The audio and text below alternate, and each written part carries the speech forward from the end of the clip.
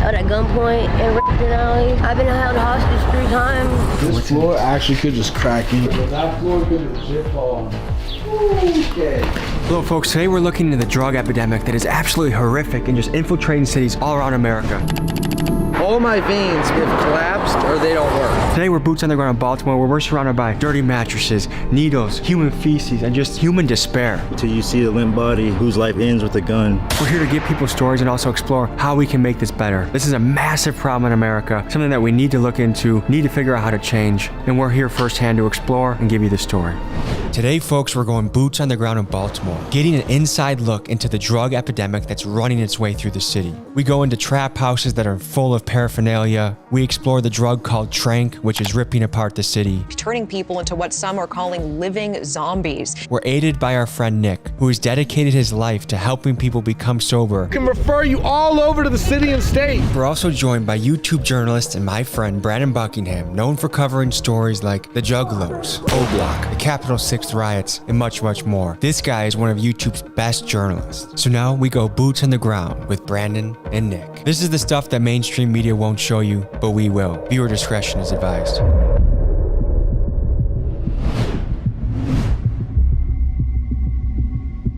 We're pulling into West Baltimore today, the second most dangerous city in America. And right now the city is in a state of emergency due to a drug epidemic. They're mixing fentanyl with xylazine, which is an animal tranquilizer. Putting it together, it's kind of the Kensington zombie effect. Their attorney general is petitioning to make it a state of emergency. There's dozens of news articles about it. It is really affecting the city. And today we're meeting up with a local contact that is dedicating his life to helping people in these situations. We'll see you on the streets.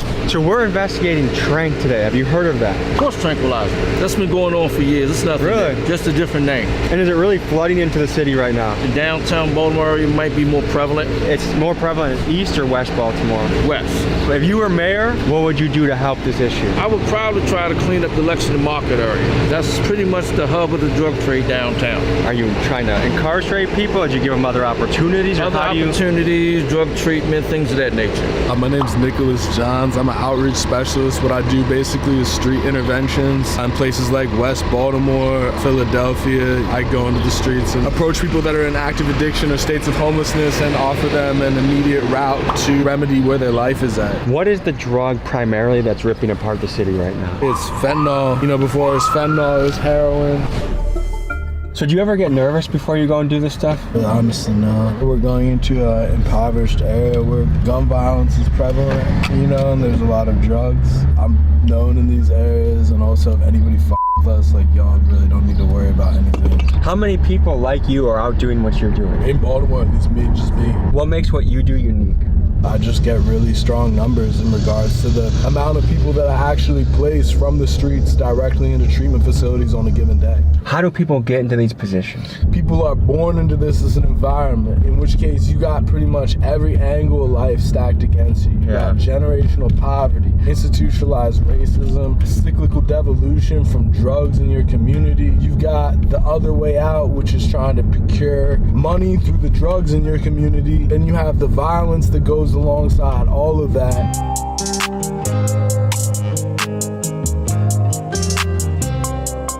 Where is this stuff coming from? Is it Mexico? Is it China? The analog for fentanyl is largely being produced within China and also Mexico. Xylazine is, you know, that's like a veterinarian drug used to sedate animals. The average citizen, you're seeing an abandoned building, but to someone who could be battling opioid addiction right now, they see a place for shelter, a place to use substances safely, and they actually will sleep and live in a lot of these buildings.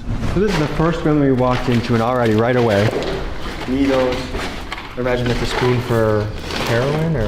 Yeah, so that's like a cooker. Somebody would use that to cook up whatever substances they were injecting. That's actually the same thing. That's also a cooker. Needles right there. You got the cigarette butt, but then you got the needle end cap right there. Do people sleep in here? I doubt it. People definitely get down right here. Right there's another cooker. So we're at 3 cookers. This actually probably isn't even that frequent of a spot. Try and imagine living in an area where this is happening next to your house. You got dilapidation. It's infested with drugs. drugs and litter. And imagine being a kid growing up, seeing this every day when you walk to the bus to school, every day when you go to the corner store, what it might do to your psyche. I wanted to ask, coming into places like this, they kind of provide protection from police, right? A safe place to get high and not have to worry about the cops arresting you. Police in Baltimore really aren't preoccupied with people getting high unless it's people getting high in very like upper class areas. Otherwise, you know, they're worried about gunshots here, they're worried about murders here. That right there, that's for smoking crack. Should we play a game, what's in the suitcase? I'm guessing feces or a used condom. I'm guessing nothing, but it's a damn nice looking suitcase. Yeah. So let's see what we got. Oh, advanced plastic sheeting. A rechargeable arcade card. Wow, I'll be honest, this is what I was in it for. I've got what I need. He's set, dude. I'm gonna go hit Dave & Buster's. Appreciate your time. Just one step outside of this abandoned building, I stepped directly on this needle, hidden in the brush, exposed needle.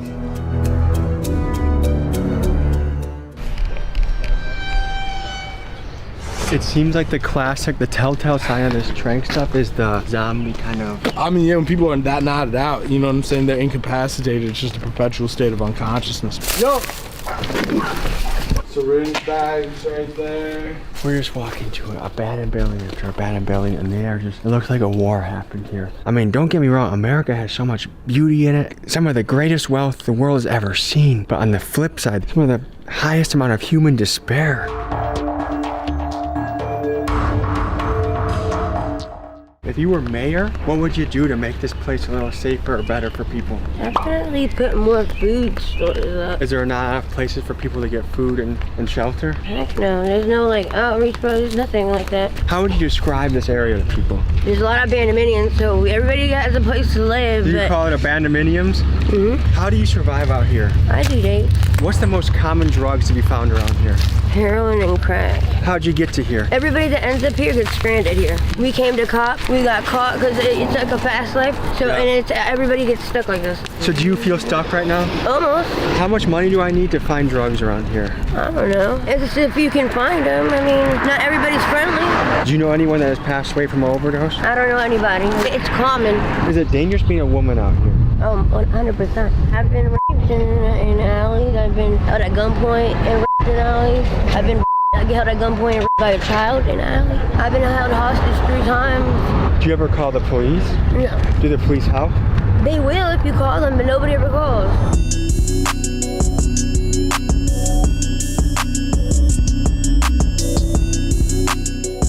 How did we get here? You know, the drug epidemic is one thing. That has started back in the 70s. It has progressed to what it is now. Now we have a lot of carjackings, crime, murders, and killings. In my early 20s, a lot of stuff that's going on now, I didn't have to deal with. It's now just me out here doing what I have to do to survive, and then you have a bunch of people with no opportunity. They're gonna do what they know how to do. What we are about to do is walk into the trap houses. There could be junkies, there could be needles, there could be who knows what around the corner. We're walking into these buildings and seeing what we find. People using it here, see all by the ground. Works. I'm sure we go upstairs. Like, Work just laying for the paraphernalia. Yeah. Do you think this is someone's spot? Yeah. They had a fire going in here. Like we have paintings of children on the wall in this dilapidated building. It's hard to imagine a child living in a place like this. Look, this floor actually could just crack in. I'll be hella careful because that floor could legit fall. Okay. Is it scary living here? I'm not personally scared, no. Some people are. There's a lot of drug dealing, rivalries. If you were mayor, what would you do to make the drug issue be better? If the dealer's in jail longer, they're not staying in jail long enough. They've literally set fires inside the house, you know, a metal trash can or something, and it gotten out of hand and caught on fire. Several are burnt down. They've found bodies in there when they're burnt, you know, after they're put out. They need to just tear them down. What's going through your head right now? I was chilling, having a good day with y'all. This is a normal day in the life of Nick, right? Yeah, this is pretty standard operating procedure, but I'm having a good day. I've known about this stuff for a while, and I've known like a lot of people I grew up with would come down here to buy drugs, but actually being on the inside behind the boarded up windows, it's pretty fascinating to see the conditions that people live in, you know? Like, it's easy to watch a TV show about it or read a book about it, but when you actually are walking through through the needles, walking through the dilapidated buildings, and talking to people that you can just tell are in a very tough spot. I mean, when you look at these living conditions, it kind of gives you a good understanding of how this drug affects you. If you're willing to live amongst that, the trash and the filth and whatnot, like obviously it has a really, really strong hold on these people, and it's not as easy as just stop. Sometimes I feel like people potentially feel like they're happier sitting by the fire where they're at versus trying to climb up or down a level. But one thing, point that I'll give kudos to Baltimore on, of all cities I've worked in, they have such an immediate ease of access to treatment here, 24/7, multiple places that you can just show up, have no ID, have no insurance, and by the end of the day, you're gonna be enrolled in an inpatient treatment facility with a rent-free place to live, 6 to 9 months. You're gonna have full case management services. They help you get things like TDAP, food stamps, birth certificate, social security card, ID, job placement. So there definitely are organizations here that are ready and willing to help people build back their lives up from the chaos and the death that this is out here.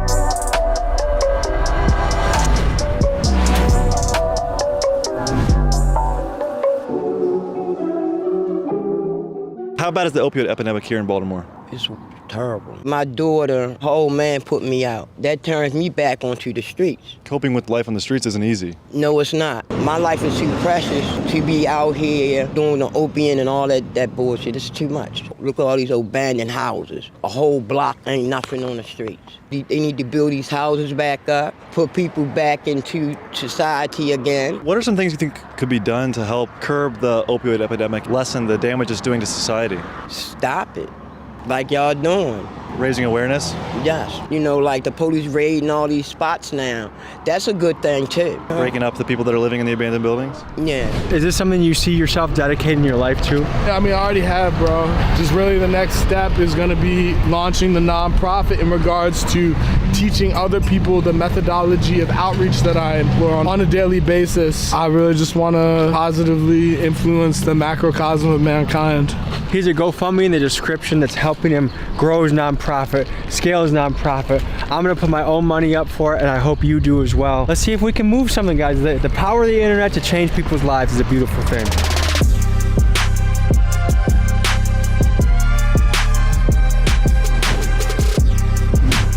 There's a huge drug issue. What is your commentary on that? The reason I came out here was because I'm an addict. I'm originally from Carroll County, so it was easier to obtain drugs at a cheaper price. I was in treatment. I was living out Frederick at a place called Salad Ground. I was actually 2 years clean. I relapsed, so I came out here with the expectation to continue using. How long ago was that you relapsed? This was exactly April last year. Damn, man. I shoot up, right? Yeah. The only place I can actually go is in my neck. All my veins basically have collapsed or they don't work.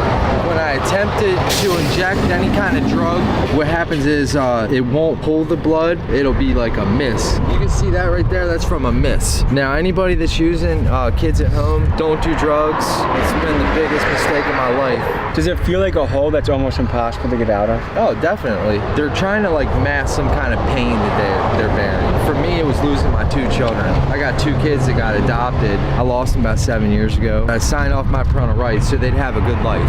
And I'm glad I did, because I ended up going to jail for 2 years. So had I not, I would have pretty much not been there for them regardless. I am homeless technically. I've been staying with a friend in Pigtown. My friend Chris gets 100% disability. We got a nice 3-story townhouse. So you have a nice place to sleep at, but by day you come here, you panhandle, and you get your fix. Pretty much. I see you have different things on your skin. Is that from using?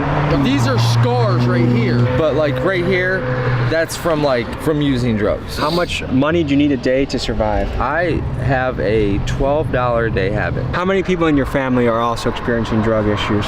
Well, my father, he's active. Older of my 2 sisters, my youngest sister has never done drugs or alcohol. How old were you when you tried your first drug? I was 15 years old. Well, I did pot with a friend, and then my second drug was cocaine. How many times a day do you use? Twice. I use right when I wake up in the morning. Usually I'll save something from the night previous. When you use, you stop feeling the euphoria from it, but you'll still get the call, meaning like you'll still feel that warm sensation, and it's just a temporary cushion of comfortability. Even though it does go away, your problems are still there after the drugs are gone. It's kind of like a no-brainer though. I pay money to myself. It doesn't even fucking make sense. If anybody hears this and I can help you in any way, I can tell you I've had like 4 hospitalizations in the past year. One was 2 weeks, the other one was a 10-day stretch, and then a week. Drugs are not worth it.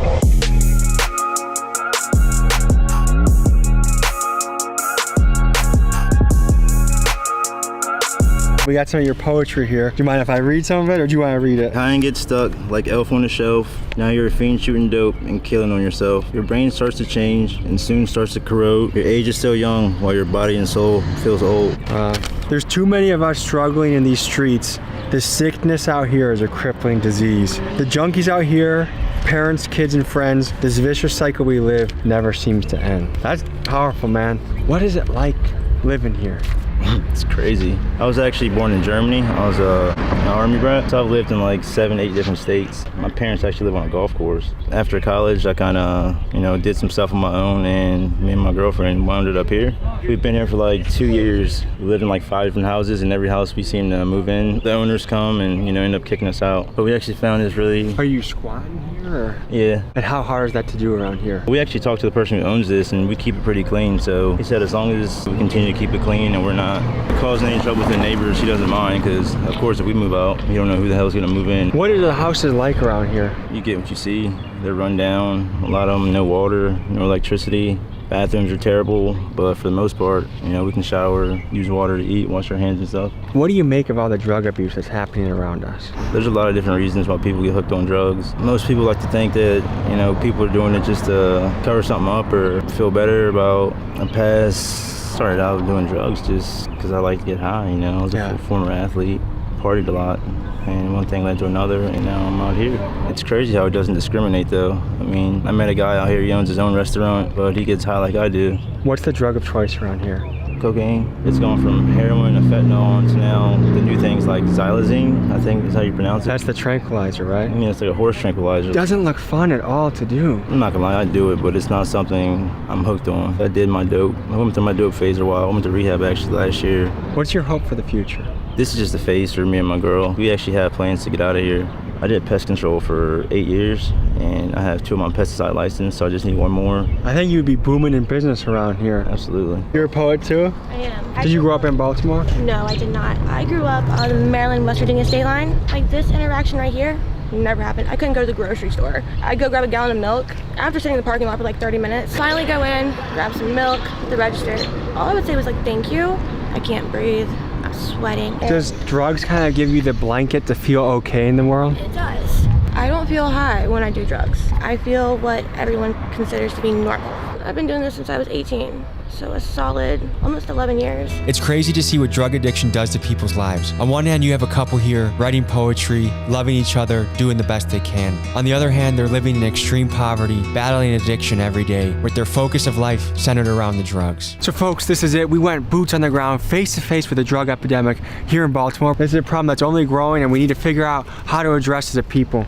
We've seen people that had careers that are now on the street. We had people that had kids and now are on the street. And so it can happen to so many of us. Thanks for joining me on this journey, and I'll see you next week.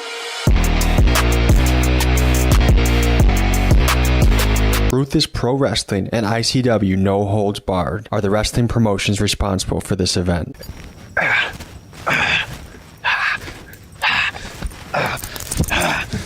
Big dogs gotta eat, baby. Shirts, hats on the site, TommyGMcGee.com. All right, guys, sometimes you go to an event that is so crazy that it's hard to believe. This is insane! Ah, the words can describe what you're about to see. We are going to a wrestling event where the fans bring the weapons. Pure fucking violence. What the fuck?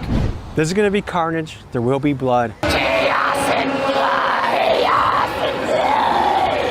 If you don't like blood, don't watch.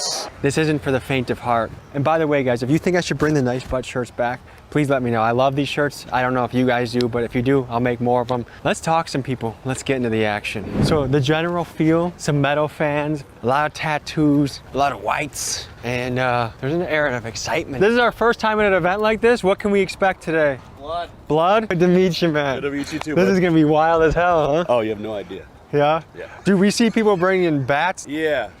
Yeah. This is gonna be a lot worse than bats here. Fellas, is this gonna be a crazy showdown? I mean, yeah, it's your first time? Dude, first time. Never seen they're doing a documentary. They've never seen live deathmatch wrestling. Oh, welcome. Hey, you're fucking in for it tonight, man. Okay. We're gonna see like, look what this is. Feel these. These are gusset plates that are used to hold together framings of houses. And someone is gonna hit someone else with this. Absolutely. I can barely touch it. It hurts. How do they do this, dude? Very easy. Just swing it. Good that you show up for the first one. The first one's called Vortex of Violence. Vortex of Violence. Yeah. That's a wonderful name for something. The main event is going to be one of the craziest things probably ever booked here. Did you get a picture with Dude, those overalls are something, man. What can the viewers expect today? violence? Yeah, blood and violence. So what kind of training do you need to be a ref for this? Don't ask me that. I got none. I got nothing. How do they find you to do this? They threw a striped shirt at me and said, go. Same. Both of us pretty much have similar stories. We got thrown a shirt and they were like, hey, you know, and do you know what you're doing? Type You know the shit. rules of wrestling? You know the rules of wrestling. Have you ever gotten scared someone's gonna die on your watch? Yeah. How did you get into this business? This seems like an obscure thing to dive into. How did you find your way into this? I mean, I started out just going to shows and helping out, and then eventually, after a while, I started my own promotion. Once you see it live, you'll understand. There's nothing really like it when you hear your first light tube pop in person on another human being. It is a adrenaline rush. Sir, are you the announcer, the MC? Oh, yeah. This is Larry Legend. Oh, yeah. Larry Legend, nice to meet you. I'm Tommy G. Tommy G, nice to meet you as well, brother. Tell me about what we're seeing today. Oh, no words can describe what you're about to see. Have you ever been frightened by what you're watching in there? There have been a time or two that I've been frightened. Nick Gage passing away back at Tournament of Death 8. In the tournament he passed away? It's called the Tournament of Death. They revived him in the helicopter. The helicopter, yeah, but he was dead on the ground. A glass cut, the artery in his armpit. Have fun, bro. Thank you, thank you. So you see all the tarps on the ground? Yeah. That's to keep all the blood off the floor. I'm gonna take you back to where we're building the weapon. Let's do it. Let me show you something. Lob and half cans for a can door. Is this ketchup or what's going on over No, here? that's blood. Do you guys ever have to be careful about HIV? No, everybody gets blood tested before every show. Yeah. Right here, this man's making what's known as a knife board. A knife board. These are carpet strips. These are used to hold down carpet. Dude, this is unbelievable. Are you guys kind of the architects behind the blood here? Yeah, they're building the weapons for the shows. So guys, what makes you love this sport? It's an escape. It's an escape. These are fluorescent light tubes. Someone gets smacked with this. Those are the most commonly used thing in this. What do you guys do by day? Pretty lame jobs. Inventory control specialist, so. Look how many beers this guy has in his shorts. Those are called supplies. So they're doing the countdown. Now the pay-per-view is live.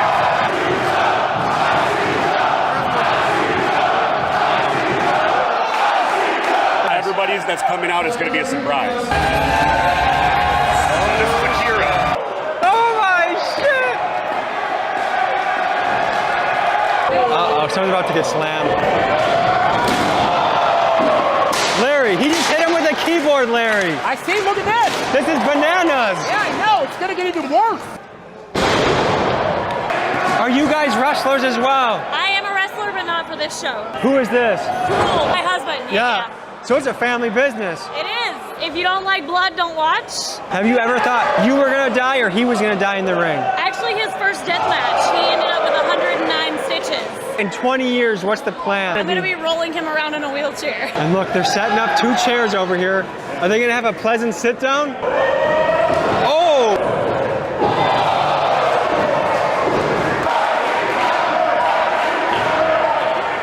The workers' comp around here's gotta be good, huh? These guys just super glue themselves together. Oh my shit! Have you guys ever seen someone like this before? Hey, that's my brother, the referee. Insane, isn't it? Every time that I come to see one of them, I have to try to put on my masculinity. But I guess I left it at the door. Did you bring a weapon to give to the wrestlers? People do that? There's people in the parking lot with bats. What? This is a lot of fun. Yeah. This is the connection I got here. You never know how the internet is gonna take you, but it's a beautiful place. Have you ever gotten blood on you from a show? Absolutely. For people that have never seen anything like this, how can you describe what we are witnessing right now? Pure ultra violence. What is your hobbies when you're not here? Making weapons. I see fucking W. I'll tell you what, if you're willing to take one, I'll let you hit me with one too. Where do I have to take it? It's best to take on the top of the head. I want to hit him with it. Yeah, okay. Wait, what? Take your head up and just put your head down, that'll be fine. Is this a bad idea? Only live once, close your eyes. Ah, shit, and fucking. Woo!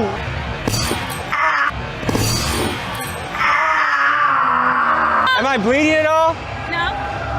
You won't bleed unless I stick you with, well, maybe you're bleeding a little bit. Very little. You're good though. He's got a little cut in the back of his ear. Right here too. Well, I get to get you? I don't even know if I want to hit somebody with this. 1, 2, 3.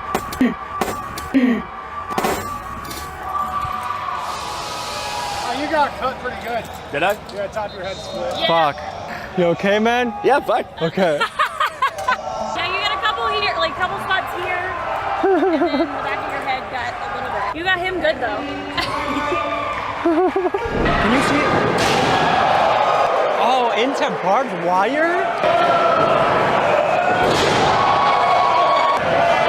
Oh! You probably should shower before you get in your bed. Good advice. Yeah, I can see if you look, you got little crummies all up on your clothes. Little glass. She has a husband that's 7 feet tall. Is he a total animal? He's the nicest guy you'd ever meet, but an animal in the ring, yes. To friendship, to fun, and to a good life. Hey, Deathmatch wrestling. Deathmatch fucking wrestling. Chaser? Sure.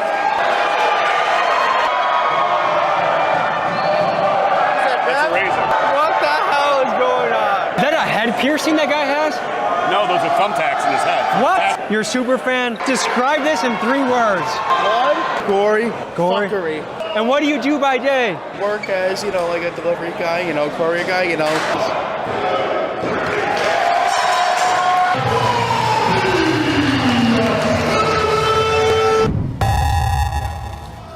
Can I ask you what you're doing with the cinder block? I'm not doing shit. I'm just carrying them in for the match. People are gonna use that on each other? Yeah. Give me the space dock, dog. All right, man. Why are you so close? Dude, you have a lot of Coronas on you right now, man. Or Modelos. Fuck the Corona. Are you like a Modelo dealer or something? Why do they call you guys the Bocce Boys? Oh, because we're fucking idiots, and when you fuck something up, it's to botch it, and so it's just easier to make fun of ourselves, so we don't give other people the opportunity to make fun of us. Do me a favor, bro. Go away from me right now. I know you're bothering me, bro. He just helped you with the light. Let's give him some space. What do you guys do by day besides OnlyFans, of course? I mean, I'm a bartender. He's a bartender. I'm a mechanic, so 6 days a week. This event, what we're seeing, describe it in 3 words. Pure fucking violence. Ooh. Me, personally, I would say family. Like I said, we're from New York, man. Fucking, how many people in here traveled all across the country We for got this people shit? from, and we see them every month. Tell me the dating scene, guys. Traveling the road, watching extreme wrestling. Does that narrow the pool down a little bit? It does. It narrows it down a little bit, but I got no problem getting my dick touched. What advice do you have for the fellas out there as far as the wiener touching stuff? Oh, I don't give a fuck. That's a weird question to ask. Man. Fucking great night. I hope you guys enjoy the shit out of this. Thank this you. is a fucking beautiful thing. Dude, this is a lot of fun. Sir, how many Modelos deep are you right now? Let's cut to the chase here. 6 or 7. Describe this in 3 words. Brotherhood, violence, happiness. 3 words. Yeah. Intense. Awesome. Amazing. We love it. We travel everywhere. What do you guys do by day? I make wrestling gear. I'm a stay-at-home mom. Yeah. Is a man in the ring sexy? Of course. The crowd is getting agitated. What the hell is this? This would be a light tube fan. So basically I'm going to be taping like 7 of these, and it's supposed to act like a fan. And someone's gonna use it as a weapon. Yep.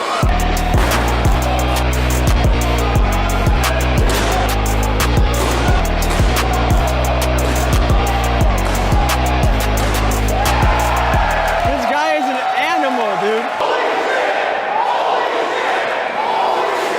It looked like he grabbed his crotch for a second. Yeah, I fucking hit him in the groin. Fucking nutted him real good. This makes me feel like a man. Look at this man. That's a burly American man right there, dude. Red, white, and blue. What can you say about this event for someone that's never seen anything like it? Welcome to the fucking show. Dude, I was almost about to call my mom to come pick me up because that was borderline frightening out there. Yeah, listen, man. It's what we do here. This is what you expect every time you come to an ICW show, period. Have you ever had taken a crazy injury while you're out there where you're like, I don't know if I'm gonna be able to continue? We all have. Yeah? We all have. Hey, traps! Big dog gotta eat, baby! Big guys gotta eat! Look at those! Look at those! Tight! Let's tight. go! Ravishing Rick Rude right here! We're all manly! Get this up the camera! Oh!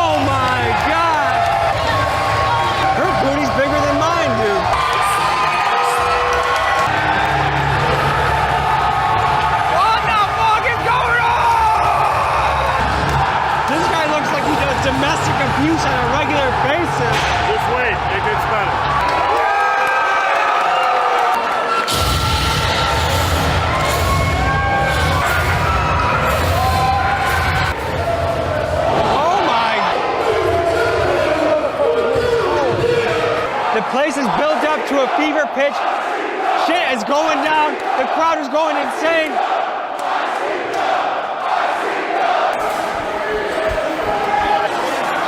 Oh, shit.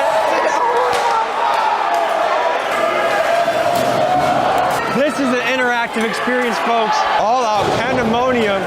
Dick punch. Did he punch him in the dick? Grab his dick and twist it! Oh my God.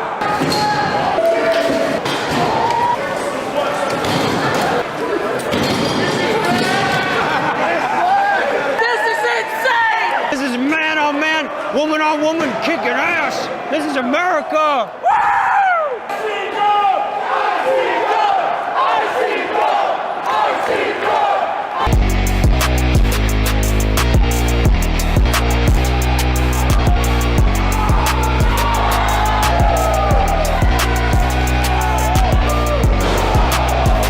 What is that on you? Look at the carnage. There's blood, there's glass. What a great time. This is what we call wrestling. What we just saw is some of the best wrestling you'll find in the United States of America. Everybody enjoys it. We all have a good time. Look at every chair there. It's got blood just about in every goddamn chair here. That's wrestling. I appreciate you, brother. Thank you for coming down. And I'll see you again for another idea, okay? We had an amazing time, man. Awesome, man. Thank Thanks you, for man. coming out. Thank you so much. It was ruckus. It was violence. There's also beautiful. There's brotherhood, friendship, a great bunch of people. I had a wonderful time. I hope you guys did too. And I'll be seeing you guys next week, as usual. So take care. Have a good day. This window got shot up right here with the shotgun. This is how easy you get alcohol in this watch. Hey, can I get two? 2 water bottles? Yeah. In the nighttime, it's when it's scary. So when the sun goes down, we should get out of here? Yeah. Everyone comes out. It isn't unusual at all to hear gunshots in some areas of the Pine Ridge Reservation. We're seeing an all-time high of violence and drug trafficking like we've never seen before.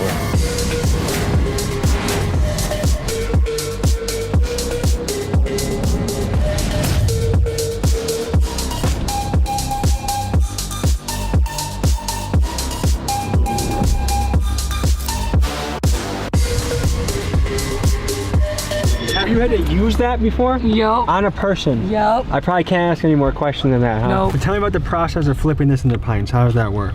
One water bottle will equal up to this much. So we're okay. What would you say, 20 for at least one? No, thank you. Do you hear me? On this channel, we've traveled far and wide to the roughest places in the United States. Of all the places we've gone, Pine Ridge Reservation may very well be the roughest place we've ever been. The stats here paint a remarkably bleak picture. Here, there's a 90% unemployment rate, there's an 80% rate of alcoholism, a 70% high school dropout rate, and nearly half the population has diabetes. There are no banks, no motels, no movie theaters, and there's only one moderately sized grocery store to support a population of nearly 20,000 people that stretch across 3,500 square miles. On this reservation, a third of the homes have no electricity or a basic water and sewage system. The utter lack of industry and commercial activity leave the residents almost no options for employment. With an average annual per capita income of $3,000, this is the poorest place in America. And despite this, you find people here that are striving to make a difference. There's a skate park that promotes sober living and gives the kids a safe place to go. There's a principal that wants to show her students love and support. There's people battling to preserve the culture and teach the kid their native tongue and traditions. It's a place with great challenges, but it also has a lot of resilience and character. Today, we cover the yin and yang of Pine Ridge, we examine history to see how these conditions came to be, and we talk to community leaders to see what the way forward is. Let's get started.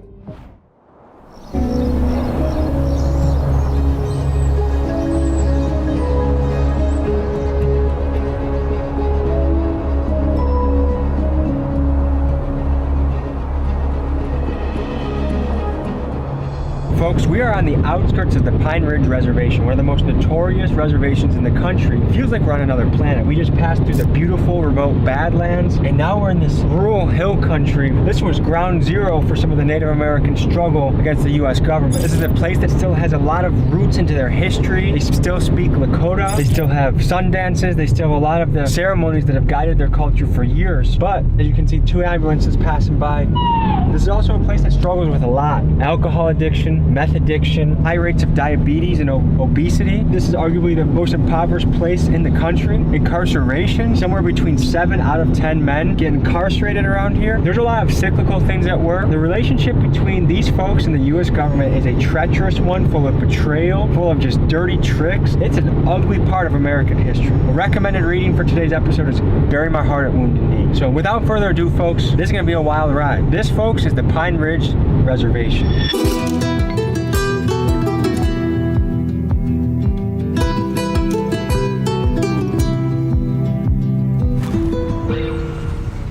I'm Oglala Lakota. I'm the founder of the Mothers Against Meth Alliance. Is meth still big out here, or has fentanyl replaced it? We do have fentanyl. We had a few deaths from fentanyl. I do harm reduction here, which is illegal as for me to have clean needles. They said they'll charge me with dangerous drug paraphernalia. The local PD? Yeah. A few years back, we had a young girl who was gunned down on Main Street up here, and that was like probably my 3rd year fighting meth. Everything I do, I pray about, and what came to me was need to start patrolling the streets. I've been doing this for 10 years now. How bad is meth in the area? Meth is horrible here. Like what % of people would you say are on meth? 90. I'm building a detox, a grassroots. Our build date is June 1st. Beautiful. And it's going to be a healing center. We're going to build a food forest. We're going to have a safe house for young people escaping drug addiction. This is in the middle of nowhere.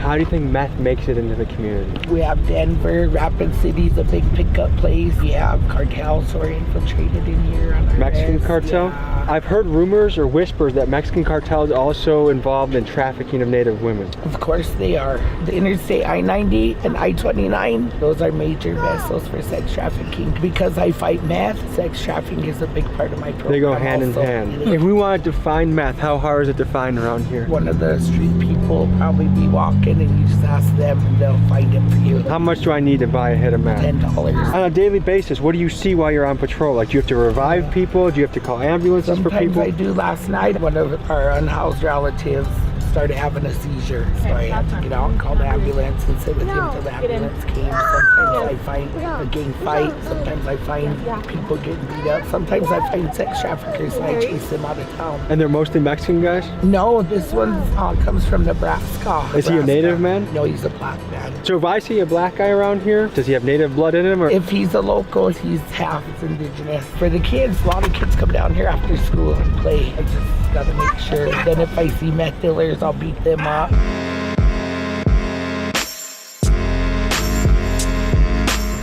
What can you fellas tell us about the area? It was rough growing up. It looks like it could be fun, but it also looks like it has some sketchy spots too. There's a bunch of sketchy people, a bunch of like missing women going on, some kids. Does everyone know about the missing women? Yeah. That's no secret around here. No. The Rapid City Police Department is asking for your help finding 26-year-old Michelle Elbow Shield. Pine Ridge woman has been missing since mid-December. Remains of Shayna L., young man afraid of his horses, were found last night on the Pine Ridge Indian Reservation. I just went to a conference this morning in Rapid City about missing women. They said, oh, it's MMIW. I didn't know what that was, but that's a commonly known thing around here. Where are these women going? Are they getting killed? Are they getting trafficked? Getting trafficked, killed, everything. I just heard from Mother Jules. I don't know if you've talked to her before. That's your grandma? Yeah. Apparently cartel has some roots in here? Yep, there was rumors of the cartel being here. Yeah. We were just talking about some of the trafficking that's going on. We were at a conference this morning about missing women. Everyone knows about that? Everyone's heard about that? That's sketchy as common. Who is taking them out? Is it their boyfriends? Is it their husbands? Is it random people? Could be random people, could be the boyfriends. Is domestic violence high around here? It's very high. Is it just men hitting the women, or do the women hit the men too? Both. That's a tough way to have a relationship. It really is. I can't lie. It's kind of normal around here.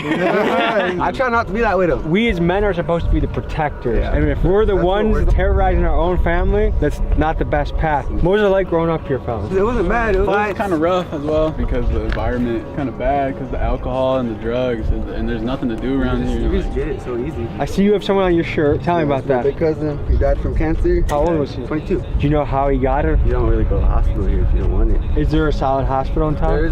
No. They give you some painkillers until you just go on. Do you guys ever go hiking in the Badlands? Nah, I go hunting out there. We go out there here and there. You know, shoot some guns off. You know, Blakes and shit. Are you kind of the cowboy of the crew? Yeah. You ever heard of Indian Relay? No, what's that? Oh, I see you're a champion too. I see on your belt buckle you're a champion. Yeah, it's like relay, but you're on the back of the horse. Horse racing with no saddle. Yeah. Tough son of a gun. What was the pay for the championship last year? $250,000. $250,000. I see Indian relay. Is Indian still a word that someone can use, or is that don't? That's offensive or don't It's not say? offensive. I don't take it offensive. Okay. So if someone says an Indian reservation, that's not like beat the shit out of that guy? No. I think one thing you're gonna notice here is the Oakland Raider logo everywhere you go. So I wonder if there's some like Chicano, Cholo vibes going on. And like even the guy that pulled up with the bandana and the low sunglasses, I instantly felt kind of like Mexican gangster guy. Shane just got out of the joint. He's back in time for a visit, so I'm happy that he's joining us. Those are dogs roaming around. They're going packs here to death. Are they friendly? No. They will attack you and they will kick you to the ground. It's really? Crazy, yeah. Have you ever been attacked by a dog? I have. More than once? More than once. Holy shit. I've been in and out of prison all my life. I got into the federal system when I was 14. That's young. Went on to a boys ranch till I was 18, on to federal juvenile prison till I was 21. What was the boys ranch like? It got me a high school diploma, a boxing club. It pushed me in a good direction, but coming back to surroundings like this at a young age and being vulnerable, it was easy to get sucked right back in. Coming back to that, gang banging. Am I allowed to ask if you were TBZ? Yeah, I'm TBZ. That was the most powerful gang in the area for a long time, right? Was. Is it still around as much as it used to be? It's still around in the state prisons, federal prisons, here. Is TBZ mostly older guys or are there young cats in it now? It's generational. Everywhere I go right now, I find that the 14-year-old kids, 15-year-old kids are doing the most crazy shit. Crazy, the guns, kids packing guns, regular murders. Back then there was some, but it wasn't like it is today. But again, it comes back to how they're raised, no role models, and look where we live, where we have to grow up.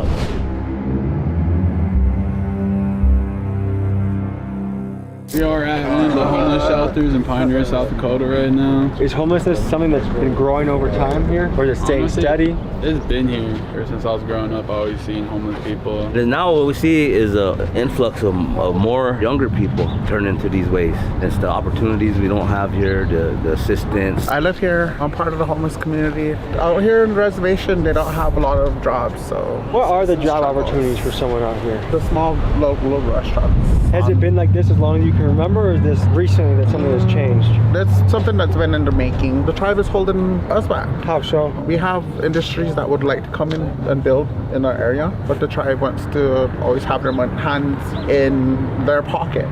So they want to tax them too heavy. They want to say, hey, I want the tribe's name to be on it. Everything has to be the tribe, the tribe, the tribe. These industries don't want that. What do you think the unemployment rate is in the area? It's in the red zone. This is some of the beadwork that I'm doing today. It's something that I do in order to support myself. We also heard that there's a high concentration of meth in the area. If you were to point at 10 people, how many of them you think are involved with meth? Majority of the people. Or they have no support for transgender community. What do you do in the winter if you're homeless around? Would bundle up. We would walk around this area and follow footprints. We would look for older people that drink and that use. Their bodies are so intoxicated that they don't realize that they're cold. They'll fall asleep. And they can freeze to death. This past winter, we lost quite a few people to freezing to death outside. Sorry to hear that. Alcoholism is one of the strongest forces working against the people of Pine Ridge. The bottle has wreaked so much havoc here that it's been referred to as a liquid genocide. Pine Ridge is actually a dry county, meaning that alcohol here is illegal. However, it's easy to find. You can find a bootlegger anywhere you look. Alcohol-fueled crimes fill the reservation jails, with DUIs, domestic violence, fights, murder, and bootlegging being commonplace. The relentless tide of alcohol sweeps away the years, leaving Pine Ridge residents with some of the shortest lifespans in the Western Hemisphere, second to only Haiti. So proportionally, Pine Ridge's alcohol issue makes San Francisco's fentanyl problem look like child's play. And the kids wanted to show us how easy it was to get bootlegged alcohol in the area. So they grabbed their GoPro, they went on a mission, and this is what happened next. Alright, we're gonna show you how easy to get. This is how easy you get alcohol in this. Watch, hold on. What do you got? We got 20. We got $20. We'll get some alcohol. What? Boys, let's roll out. Alright, let's go. Mission Impossible.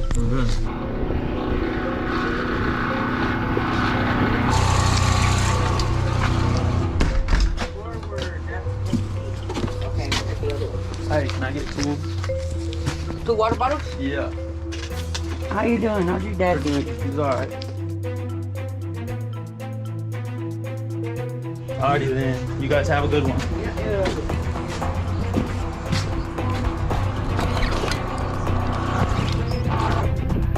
Look at that. That's straight alcohol, nigga.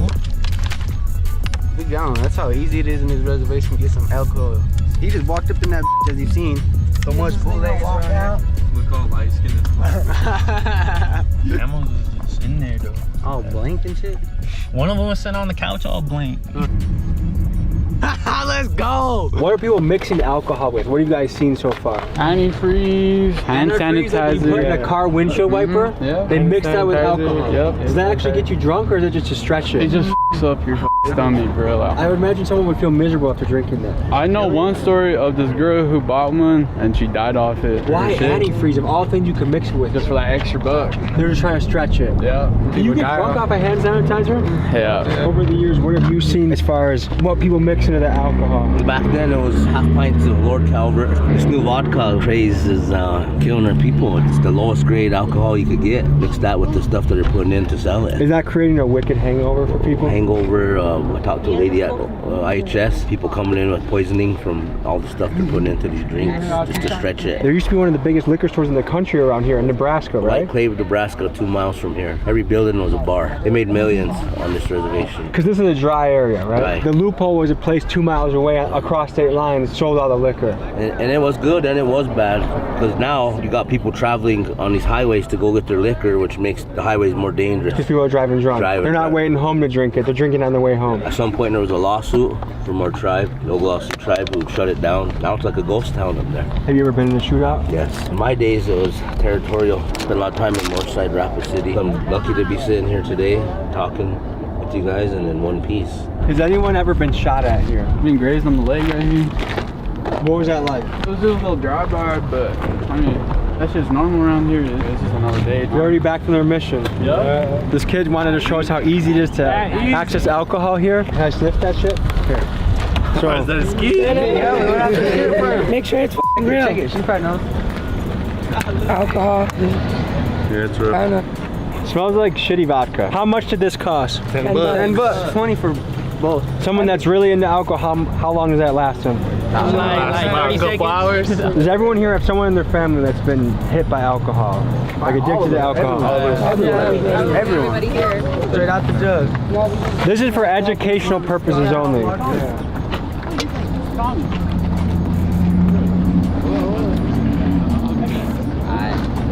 Yeah, I'm good on that. Yeah. So that's bootleg alcohol. How enforced is bootleg alcohol around here? Will a cop bust it? Yeah. Is it risky to sell bootleg alcohol? Yeah. That shit is making my whole mouth buzz.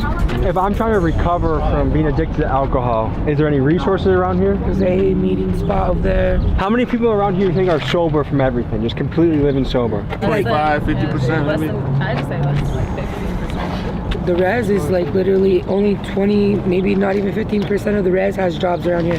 The rest of the 80% of people don't have jobs around here. Selling drugs and alcohol be the main source of money flow around here.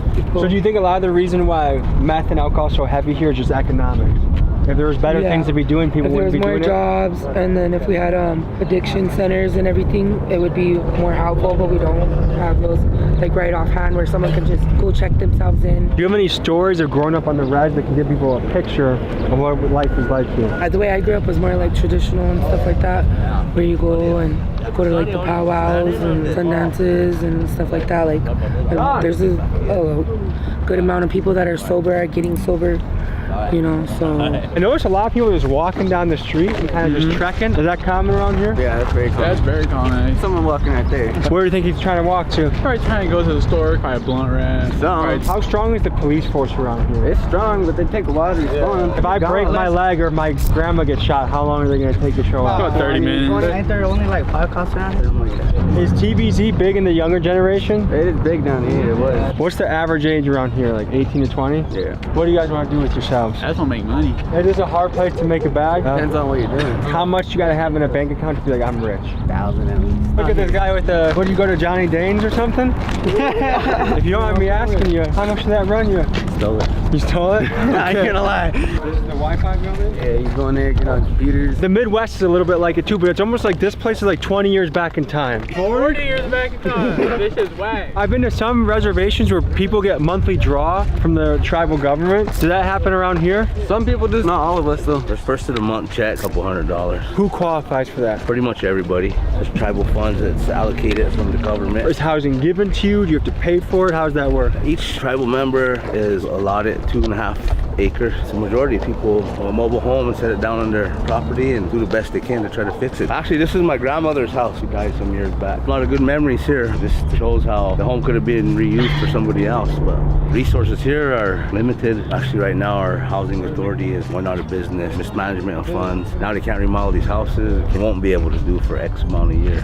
Some houses, 5-6 families living in one house. What can you buy a house for around here? 8, 10. 8 to 10 grand? Do I have to come up with that money or does the GA help me with that? You gotta come up with that. Well, that's my mom right there. How is it raising boys around here? It's hard. You got any stories to illustrate what it's like being a mom around here? These kids have nothing to do. So what else are they gonna do is find something to do to get in trouble. For a kid leaving high school, like what are the most common jobs people do around here? Grocery store. Especially the younger generations, like that's not too glamorous. I would rather be a hustler or something like that. Exactly. We were just at a conference earlier today for missing and murdered indigenous women. Is that something that's widely known in the area? Very wide. I think they run away from their families because there's basically 20 people living in homes, you know, and there's like so much things that probably go on in that home. So they run and then they get caught in situations that are tough? Yeah. Has there been a situation where you ever had to call the cops? All the time. There used to be a meth trailer right back there. This trailer's abandoned back here. I have grandkids. I have her and I have him. And they just party and loud, so we gotta call the cops, but they never come. You wanna take us to the trailer that you guys have the meth heads that are trying to take over? We go over there. I used to be over here a lot because this was my cousin's crib, like I said. I remember sitting on them couches whenever I was like 6 and 5. How many of these do you think there are in the area? This window got shot up right here with a shotgun. What was the beef about? Stupid shit, honestly. I mean, we never was really trying to beef, but everyone's all trying to be gangster and shit. How long has this place been abandoned like this? 3 years, 4 years. And who used to live here before? Most times it was kids because the parents would leave them here, you know what I mean? Parents would go and get drunk. I remember that because that was my cousin that would take care of his little brothers and sisters, you know what I mean? Someone died back here? Yeah, I said they remember? And this is her memorial. Rest in peace. That's sad, man. How old was she? She was a little older. She was an auntie. Do you guys have a dream job in mind? I want to be an auto mechanic. I'm really good at turning bolts. Same thing he does. An auto mechanic. I was thinking mechanic. If I had a magic wand, I'd get rid of most of these meth heads and most of the meth dealers because that's where everything goes wrong. That knowledge creeps into the area? No, that's bad out here. It's really bad. Everyone dies off that shit. This ain't safe. No. In the nighttime, it's when it's scary here. Yeah? The most dangerous. So when the sun goes down, we should get out of here? Yeah. Everyone comes out. What's bigger here, meth or alcohol? It's equal. Are people doing meth and alcohol? Yeah. That's a scary combo, isn't it? Yeah. I just saw the Raiders logo on that car. And also, like, I can tell by like the bandana and the glasses, I feel like there's a little bit of like almost Southern California culture mixed in here. No, bro, very heavy. Yeah? Did anyone kind of dress like a cholo around here in the summer? Like the high socks? Nah. You ever heard the higher the socks, the downer the food? Yeah, of course. Is this the main hub of the town? This is the East Ridge, North Ridge. Are you guys cool with them? If you guys aren't cool with this side of town, then let's go to the side of town you are cool with. When I tell you these little youngins, they really be out here. Swear to God, got big ass drakes, everything. How do guns get to the res? I'm from Denver, for real. They're just around. I don't know. Full stack right now. Go for around here? About 3, 4. If it's stolen, 250 maybe. I mean, depends on the size. I gotta wear one of these. I'm still doing time in federal prison. I'm under new drug laws that came into effect. What was your last bid for? Distribution of methamphetamine. Last bid was for cocaine distribution. What got you to selling meth? Since I was young, starting all of these guys, the lifestyle that I idolized, everything that come with it. It's not worth it. I do so much time with family. I'm 47 years old today. I spent over half my life in prison. Now we're rolling to an indoor skate park. We're at Ground Control, Lakota Skateboarding.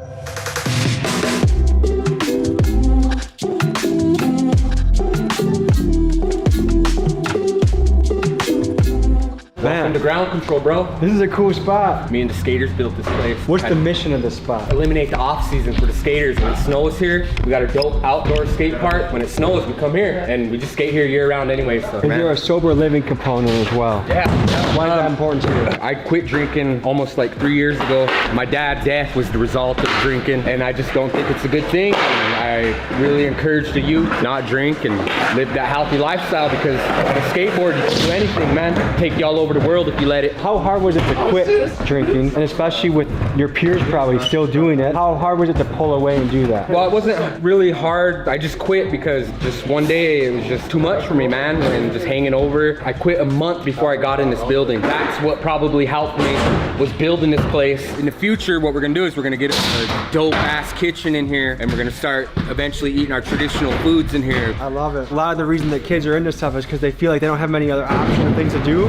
This is something Yep. When is it open? We're open from noon to 8, Monday through Friday. We're gonna eventually have this place fully staffed, just running like a clock, man. This is really cool what you're doing. You're a leader. People are gathering here. Youth have a place to come. What advice do you have for the youth out there? Just keep following your dreams. If you think you can't do it, know that you can, and write it down, and don't give up. This place is known that there's nothing to do for kids here. And I would always say, where there's nothing, you can do anything. Keep making moves, okay? Kids, especially teenagers, tend to get in trouble if they don't have the right things guiding their path. So whether it's wrestling, skateboarding, chess club, anything that brings the kids in the right direction, I'm a fan of. And that's why I'm donating $1,000 to Kyle and his ground control skate park in Pine Ridge to keep leading the kids on the right path. If the mission of this skate park moves you, please consider donating as well. We've seen a wide range of weapons on Pine Ridge. This is probably the most crazy one so far. Right here. Right here. Have you had to use that before? Yup. On a person? Yup. I probably can't ask any more questions than that, huh? Nope. Self-defense? Self-defense? Chop them up, feed them to the Badlands. Do a lot of people go missing in the Badlands? Yeah, people disappear there. 2 miles outside of Pine Ridge Reservation and just across the border of Nebraska is the town of White Clay, a place with 4 liquor stores and a population of 8. This town has one purpose and one purpose only: to sell alcohol to the Lakota people. At its peak in 2010, nearly 5 million cans of beer were sold to these 4 liquor stores, leading people to call this situation a liquid genocide. In April of 2017, due to high pressure from Native activists, Nebraska's Liquor Control Commission refused to renew the licenses for these 4 stores, effectively shutting them down. This has led White Clay to be the ghost town that you now see today. This place used to be the liquor store. I used to come here when I was like 15, 16 years old, and used to be able to buy and stuff too. You have a fake ID? No, they never carded me. They used to sell that. Sell to anyone, actually. Are we in Nebraska right now? Yeah, we are. So that's the loophole. We go across state lines, people buy their alcohol and they drive back. Yeah. Not even a mile. Just making it a dry county work. It made the highways more dangerous. Before you used to have to come here to get your liquor and go. Now you're going this way to get your liquor, out that way. It makes the roads more dangerous. More people driving drunk. The bottom line is here, poverty, no opportunities. That's what I believe it is. They're hurting. They're trying to kill the pain. So alcohol's a way to numb the pain. Yeah. Is this a hard place to be a dreamer? Yeah, it is. Hard to make it out. There's only a few that make it out. Faith dies at a young age, so for everyone. A kid on the res wanted a ride home, so we drove him to his place. This is what we encountered. Okay, so where are you taking us though? OSG. Oh, it's good. What you doing? I'm going to get my shot. Go get it. Yeah, I grabbed it earlier. Going to go get his blick. I can't imagine growing up here. A lot of stuff we couldn't show you on camera, like the amount of guns amongst youth. Like I'm talking young kids, like middle school, young high school kids. The amount of drugs and alcohol in the area. Like how easy it is to find alcohol. To me, I just don't see many leaders for the youth. Like they say they don't have stuff to do, but like there's basketball courts, there's skate parks, there's indoor and outdoor skate parks. Like you do at some point have to be responsible for the decisions you make. But as a kid, you do need guidance, and I see a lot of that missing. And I really see that in a lot of the tough places we go. Looking at places like this, it is a little bit demoralizing and depressing. I see a lot of potential here, but I also see a lot of hurdles to overcome. So we're getting out of here before sundown, and we met a 15 and a 13-year-old kid that were on their way to go get their guns. So I'm guessing the nighttime around here is something that just isn't worth seeing. Shortly after we left, one of these kids got stabbed 9 times by a rival gang member. He survived, but had to be hospitalized for a few days. It's a stark reminder of how rampant the violence is in the area. I didn't realize that the murder here is absolutely rampant. How many people have we seen wearing a t-shirt of their killed family member? I think that's like the most common t-shirt we've seen. It's either like a Nike t-shirt or it's someone's family member on a shirt.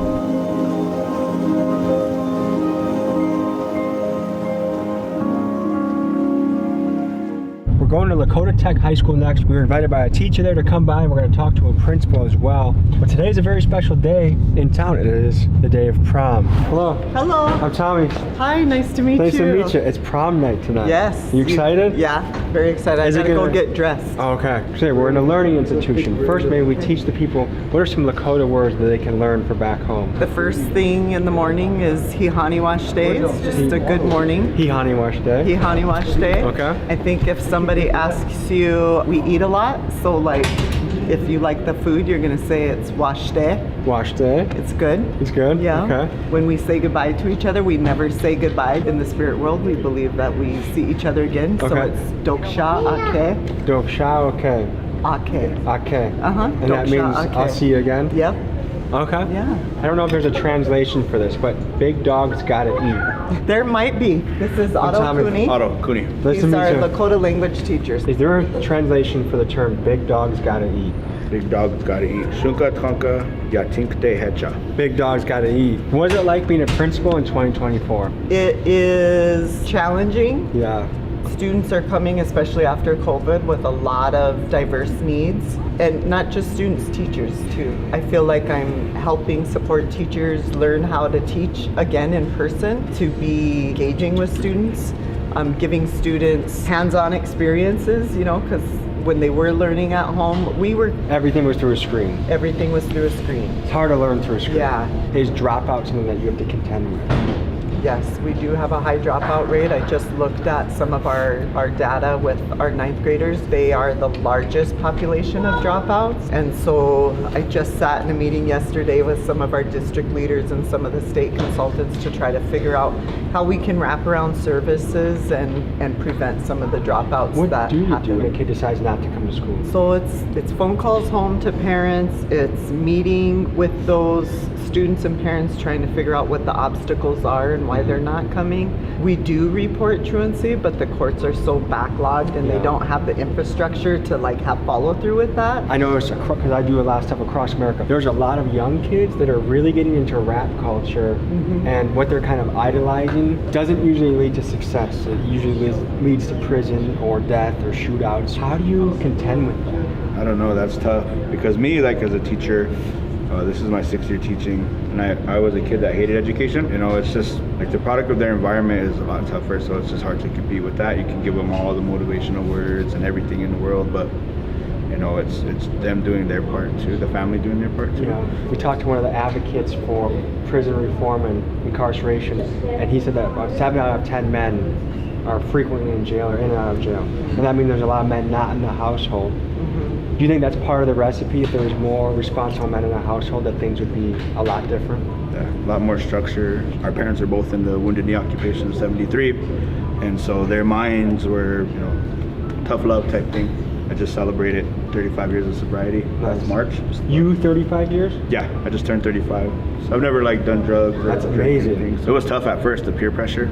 Drink, smoke, but I promised my grandma before she died that I would never do that. You talked earlier about, you know, our dropout rates and stuff. One of the things that I try to tell my students is that no matter what you go down, you can always stop and make a different choice. Yeah. I was a high school dropout. Yeah. What a great story for the principal. Right. Yeah. I got my GED at 16. I got a job. You know, I was still able to go to college, got my 4-year degree, became a teacher, taught, still able to go get my master's, and now I'm the principal of a high school. So it's never too late to do something else different. And we all have a reason why our road goes this way, that way, or the other. But it takes having people. I'm here because I had people that believed in me, saw something in me that I didn't see in myself at the time. Yeah. We left Lakota Tech High School and drove up to see the Wounded Knee Memorial. This site is hugely significant in Native American history, and I wanted to see it for myself. This is what we encountered. Good morning. Morning. Hey, we're gonna pull up there. So we're okay. 20 for this one? No, thank you. Do you hear me? Do you hear me? Yeah. Watch out, we're gonna pull away, okay? I bet he's gonna follow us, which is fine, but it's gonna be hard to appreciate the history of the place when a meth head is trying to sell you something. Local artists and make arts and crafts.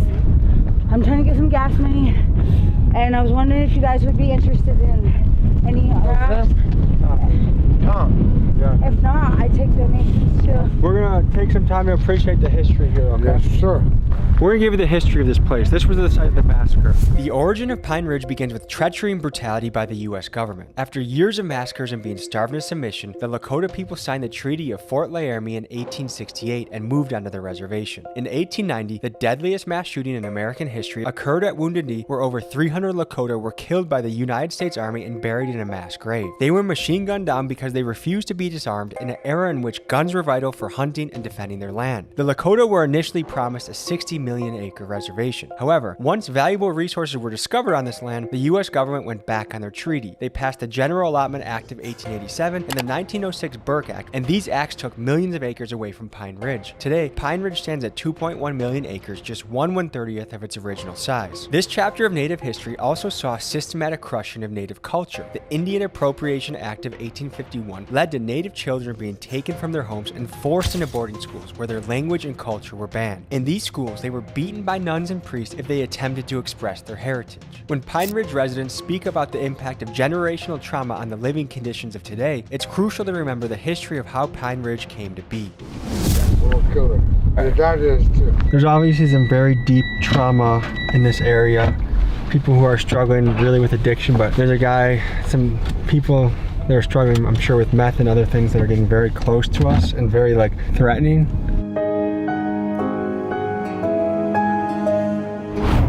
We've been a lot of different places in this country. Some of these conditions is unlike anything I think we've ever seen before. And the thing is, when you visit a place like this, is you never know what the answer is. I certainly think there are answers, but I think nothing is going to happen overnight. How do you change people's actions? And then when you look at the youth who are going to be taking over and you see what they're doing, it's like, oh, how did it not get worse? Like, what will it take for those kids to be engaged and excited and creative and using their juices for something worthwhile? Because man, the youth is worth so much. The youth is everything. The youth is our future. We wanted to learn more about the alcohol bootlegging, so we went to a remote part of the reservation and tapped in with some people that could tell us more. Here's what we learned. This place is, I think it almost looks worse than Pine Ridge. What's going on? What up? Can you tell us about you're used to be in the game. What was it like? I used to sell like coke, and sell drugs too, and skips and stuff a little bit here and there just to get you by, whatever, you know. Usually down here, there's no jobs down here. A lot of people do it, almost probably every fucking house does it. But they're so sketched out and everything, because if you get caught down here with it and you have it on you, then putting yourself at risk to go 5 to 10, you know? 5 to 10 years for that? For alcohol. Does that seem like too many years? Drugs, yeah, that's very severe punishment. And you have to do over 80% when it's federal, because it's a federally recognized tribe. People do this for basically profit. We're talking what, $100 to $200 a day? What do you think the average person selling skips makes in a day? Anywhere from $10 to about $200 a day. And all that at the risk of 5 to 10 years of prison. So we found a bamboozled pipe. Oh, messed with?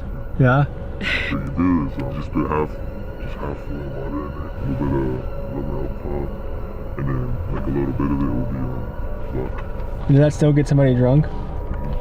This is a bamboozle. You can tell it's fake because once you hit it like that, as well as it'll go up as well. So do people get mad when they get fake stuff? Sometimes they don't even know. One time, I don't know what it was, but we bought a pint like that, and we only drank one, and it got us drunk or whatever, but then our insides start shaking because it was mixed with something. What do you think it was mixed with? I don't know, probably hand sanitizer or something. That can fuck somebody up. Yeah, you could literally feel your liver shaking. What's a hangover like on one of these pints?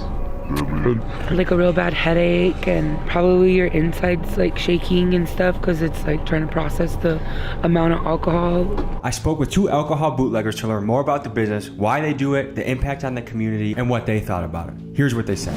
So fellas, we're talking about the business of bootlegging. How common is it on the res? If I wanted to find alcohol, if I wanted to go to a bootlegger, how many people do I have to choose from, you think? Depends on the housing, whatever housing you go to, each district. There's some people you can go to. If it's in a water bottle, you don't know what they might put in there or whatever, so it's best if you buy it store-bought. So do a lot of people cut it with shit? They usually put Lysol or whatever in there. Then Lysol? Wow. What happens when you drink Lysol? Honestly, Lysol is gonna make you feel ugly, feel stomach sick. Then that's the point where you have to call the ambulance, then they take you in. Is that where they pump your stomach? Yeah. What attracts people to the liquor when it makes them feel so bad? Whenever they're usually hanging over, sick, or something like that, then they go back to it, so that way they could cure it instead of going to the hospital. So that's why it's such a vicious cycle, because the only way to cure the hangover is to drink more. Let's learn about the lingo. So what's bamboozle mean? It means it's laced or either that mixed with Lysol, either hand sanitizer or something like that. What percentage of bottles you buy, pints you buy, they're also called skips, right? Yeah. What percentage of skips out there are legal? It's got between 50-50 sometimes too, you know. Depends on who you buy it from. So, like, this res is very spread out. You can go some miles without seeing anything, and then you see like little pockets of housing. Does that mean there's a lot of people drunk driving to go back and forth when they get their liquor? Most likely, yeah. How common is it for someone to have a DUI around here? It's kind of about like 40-60%. 40 to 60%? Yeah. The first two are misdemeanor, right? Yeah. Third one is automatic, yeah. So we got a bottle of vodka here, Kharkov. How much can you buy this for? $12. And once you flip it, what can you make off? You can make about like $35. What was the most you guys have ever made in a night selling this stuff?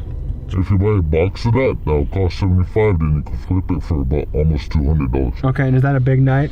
Yeah. Are there undercovers? Yeah, there's undercovers on there, yeah. How serious, like this much alcohol, what's the punishment for getting caught with this? Usually As you can tell by how quick we were to turn the lights off, I know there's some punishment that's with this, but what if we get caught with this, how bad is it? That'll be like 3 days, at least. 3 days in jail? Yeah. Can people go to prison for this stuff? It ain't that hard. If you're selling the meth or whatever around here, then you can go to prison. Is it fair to say, because I've heard unemployment rates can be up to 85 to 90% around here. Is that what you guys have heard? Yeah. Does that sound like a crazy number to you guys? That's huge. This is a common way that if families are just trying to eat, pay the electric bill, this is what they do. Yeah, that's what they sell. That's what bootlegging causes, because they're short on money and stuff like that. They choose to sell that. So do you think alcohol should be legal on the res?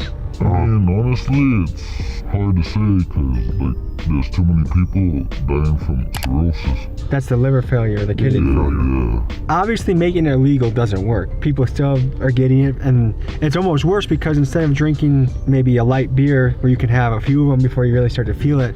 People around here, they don't like drinking beer because it doesn't get them drunk, so they turn to this hard liquor. They want that hard kick right away, so they choose this Kharkov. So if you could snap your fingers and you could just be sober without the pain of getting sober, if I could say, hey, you're sober 1 year and you feel like it, what would you do with that opportunity? I would do it. Sober myself up, get a job, get my GED. What job would you think you want to do? You want to be like a yard worker. You just go from yard to yard, help people out. Hell yeah. Any idea on your end? Try to get all my priorities back there, like save up, high school, college or something. Because there's free college, right? Yeah. But tell me about the process of flipping this into pints. How does that work? So basically, one water bottle will equal up to this much. Okay. Then you can make about like... Do you stretch it at all? Yeah, sometimes you fill it up right there. And how many pints can this make you? About 3.5. When you hear that, you know it's store-bought. If you get jail for doing this, do you feel like you deserve that, or do you feel like that's an unreasonable punishment? I mean, honestly, it's like if your family is struggling, then if you need to, then if you need the money, you could flip this. For the price of 12, you could flip it for like $40 or something like that. Well, fellas, I know you shared your stories that it was risky to do this, and I appreciate learning about this, and I think this is important to educate people out there. So any final thoughts? Just hope that everyone out there, if you guys are doing this, just know, just take it easy. You guys, if you're struggling, we understand. We're doing the same thing. So what's the way out? What's the way forward, fellas? Way forward is sobriety, getting the money up the right way. Thank you, fellas. I wish you guys the best on your path, okay? Kensington, Pennsylvania, a city of walking zombies, a place some call hell on earth. There are many people that might be shocked that a place like Kensington even exists in the United States of America. It's wild, it's lawless, it's sad, and it's real. Today, we take a deep dive into a city consumed by drugs and addiction. If we were to go here on our own, how would it go for us? Death. Death? Yeah. There's zombie land. All Kensington shit, you hear me? Well, there's a guy injecting right now. Look. They about to try and bring you back. The ambulance right there. People need to see shit like this, man. It's been a long road trip. We've driven from Milwaukee, so we've spent 12 to 14 hours in the car so far. We are hustling to bring you the best videos we can, going to the craziest places. If you'd like to support the Patreon, the link is in the description. I appreciate the support. Lots of you have requested this one. Kensington, Pennsylvania. This is a place where over $1 billion of heroin is sold outdoors on the street. There's walking zombies. And this is one that I'd be very scared to go to by myself. So first we're gonna head to my contact. His name is the Puerto Rican Bull. What up, big dog? How you feeling? Good to meet you. You too, man. What do you go by? Rican Bull. Rican Bull. What's up, man? How you? What are we getting ourselves into today, man? A lot of shit. Yeah? A lot of shit. I'm about to be on a bike, so. Just follow behind you? Yeah. So if we were to go here on our own, how would it go for us? Bad. Bad? Yeah. What could we expect to happen to us? Death. Death? It's real territory around there. If I just pulled up by myself, what do you think they would think I am? Probably a cop. 5-0, we got him. So we're going into some sketchy territory. Yeah, for sure. You said you've lost a lot of people in this area? Yeah, I just lost my sister. Like, you know what I'm saying? This shit crazy out here. What are the chances of finding human shit outside? You're gonna see it. What about needles? All that shit. Fiends, murders, every day. Memorial weekend we had 50 shootings, 11 murders. When you go to these places, are you strapped? Yeah, I'm strapped now. Good, okay. All right, we'll follow you. I like this guy. To me, it's kind of badass rolling into a place like this on a little 3-wheel bike. I'm happy that he's guiding us to the place that's been widely requested. I guess I'm not scared right now, guys, but as far as places we've gone that are scary, this is definitely up there.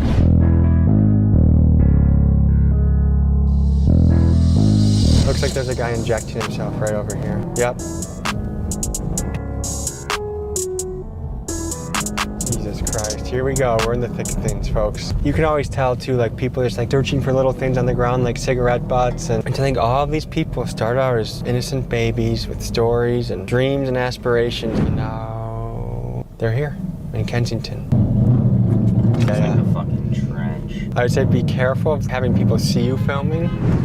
Looking like. We're here to. Y'all would've came down earlier. Y'all would've caught some real crazy footage. They had the cops down this joint walking through the whole situation. What are the cops actively doing? Because we went to Skid Row and the police were pretty hands off unless something really crazy was happening. Yeah, it's too much. It's too much going on for them to be worrying about that. This joint, you know, this is like the bottom. Where do people live? I don't see many tents around here. You gotta go down to the bridge. They live under the bridge? Yeah, they live always under bridges, always, because they get moved off the blocks. They evicted them. Yeah, they evicted them. Is this a place to keep your head on a swivel? There's nothing to play with down this joint. He heavy connected with the city. It ain't too many people that don't know who he is, so he only deal with niggas that's verified. Like, you feel what I'm saying? You can't really be by yourself. You be by yourself. You gonna be 8. You gonna get 8. Well, shall we go on tour? Yeah, come on. I hear that there's $1 billion of heroin sold here a year. What would you say the drug of choice is here for these people? Meth, heroin, subs, Xenas, everything. Red sauce. You said what? We in there. We in that joint. Yeah, I can't be in nobody cameras. No problem. You can't. Well, nobody. I can. And I'm a rapper, you heard me? We about to slide over there under the L so I can show you where all the foods and should be at. Okay. I didn't bring one with me today. What's up, big dog? I'm Tommy G. Nice to meet you, man. This how you know when you're in the trenches, when you look at the stores. Yeah. Like when you go into wig the shops, pawn shops, yeah, liquor. Pawn shops, because there's people always trying to sell shit. The clothes is cheap. It's a lot of corner stores. And over here, it's where a lot of people who get high, that's where they stay at. And the cops, they come around heavy like every day, clear it out for a little bit, but they can't stop it. It's like too many people. It's like a house that always dirty. You clean it, then it get dirty again. So the people that are leaning, what are they on? Most likely, when you see them leaning, they are fentanyl. Because I've heard some people call this the city of zombies. Yeah. This zombie land. All Kensington shit, you heard me? They took over this whole area, like this day land right here. Imagine being a single woman and you have somewhere to go around here. That would be tough, huh? So they call Philly the city of brotherhood, right? Yeah. Is it a friendly city? Nah.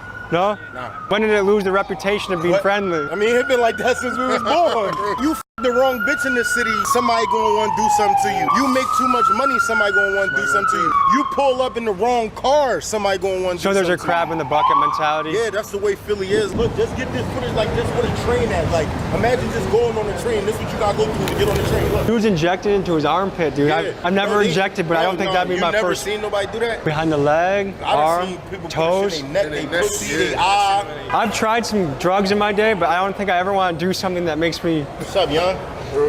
This the dangerous part down this joint. You got a girl, yeah. shit on TV, right there, smoked the nigga right there. there. Yeah, she shot the boy in the joint. Yeah. Two people just got dropped right there, yeah. Across the street right there at that convenience store. I feel like the more you see this, the more you say like your own body is special, you know, because you don't want to... Yeah, but a lot of us come from families that had drug addicts. Yeah, like either mom was on drugs, because the dad wasn't there, the dad was on drugs, and the mom, and they was fighting a lot. So we come from broken homes and drug use. 9 times out of 10, we got a cousin. Everybody got a brother, a cousin, or a sister that's out here running around. Everybody. So one thing I'm picking up of Philly slang is a bull. That's the first city I've heard people. Bull or drawing. Drawing, yeah. Drawing? Yeah. What is drawing? Like you see, look right here, look. He, they about to try and bring him back. Okay, you don't film him. Want an ambulance? Do you need anyone to call a cop? Is it cold? Put it on his balls. The ambulance right there. People need to see shit like this, man. So look, he's just back up on his feet. Crazy brother, see what we were with, and you see how fast we do got brotherly love. Yeah, man. We do. You know what I mean? So what's going on right now? They ready to give me some Narcan. We always keep it on us around here. If you're ODing, give it out to us for free. Put that in their nose, and it instantly sends an adrenaline shot to their brain and to the heart to make them revive fast. Yeah. It's like a resuscitation kit. You'll give them Narcan, bring them back, and they'll get mad at you because the Narcan take away their high. To die off the drug that you on, then you save your life. Like the other thing I've heard is that when they find the guy who OD'd, the other guys look for who sold it that, because that's the good stuff that they want. Yeah, if somebody almost die off your work. Thank you for what you do. Okay, let's get you some water and stuff. And I just gave him 2 shots of Narcan, so he's not. He's okay. gonna be sick. He's gonna feel dope sick. So basically, he's gonna go through withdrawal heavy. Right. So it's not gonna be a comfortable time. It's not gonna come. So after they do the Narcan, they can't get high. They can't get high no more. Yeah, you can try shit in any bag you want. So what do you do? Does he go to a? They're gonna leave. He's gonna wait them hours that it take for it to wear off, and he's gonna buy some more of whatever that had him almost dying. It's a revolving cycle. Like they don't want help. They be mad at you when you say they lies. I refuse to let you die on my watch. So how often do you guys see a friend go through something like this? Down here, you see at least every day, bro. Every day, every hour. At least a dozen down here. I see. Like I'm talking about every day. And can you guys tell me a little bit more about your journey, how you ended up in Kensington? My journey, I got out of state and I went to Kensington, the halfway house here. Pretty much drugged everywhere in there. So I mean, I was on Suboxone. I couldn't get my insurance, wouldn't cover my Suboxone. I was clean off heroin for 5 years. I was 6.5 years sober. I couldn't get my Suboxone and it was too much. Samples out here are free, so. Oh yeah, that's another thing. They create the market. Yeah, so it's like people, even if they don't have any money, there's always going to be a way to get high down here because somebody always offering the product. Yeah, exactly. No matter what. I've been living down here for about 4 months because of that. But I'll come and go because I want more. You want more. The sad thing is there's people that have houses to go home to and they rather live here on the street. I don't understand. I'm talking about they burn out bank accounts, literally, and they families calling them. Is there some sort of plan in the future? What are your hopes and dreams for life? What they want to do is they want to lock everybody out for being drug addicts. We need, there's more help that we need than locking us up. That ain't gonna help us with our addiction. The resources and tools and stuff we need more of, to help us, not just slam us in the cell. What would you be doing right now if you were clean? If I was clean, I'd be spending time with my family. My daughter, I have a steady job. I left my beautiful daughter for me. I can't even explain it. So you guys have whole families out there that just right now you can't be with them because of right now where your life is. Yeah, they don't want me. They don't want me there. I don't blame them. Being careful. I mean, it's a vicious cycle, and it gets to the point right where you don't even want to put yourself around it because you don't want them to see you like that. Yeah. Oh gosh. Yeah. Dealing with the addiction, and then being scared to go around your family because you don't want them to look. The shame. And it creates you to be more distant and put you into a deeper. You feel what I'm saying? I feel like they're just waiting for me to fuck up anyway, so why go around them, and disappoint them. So when people are doing the lean, what's that? They're mixing tranquilizer, horse tranquilizer with this dope. Hold on. Let me catch this one more time. What did you say they're mixing? They're mixing horse tranquilizer with the dope. So that's what's making people go like this.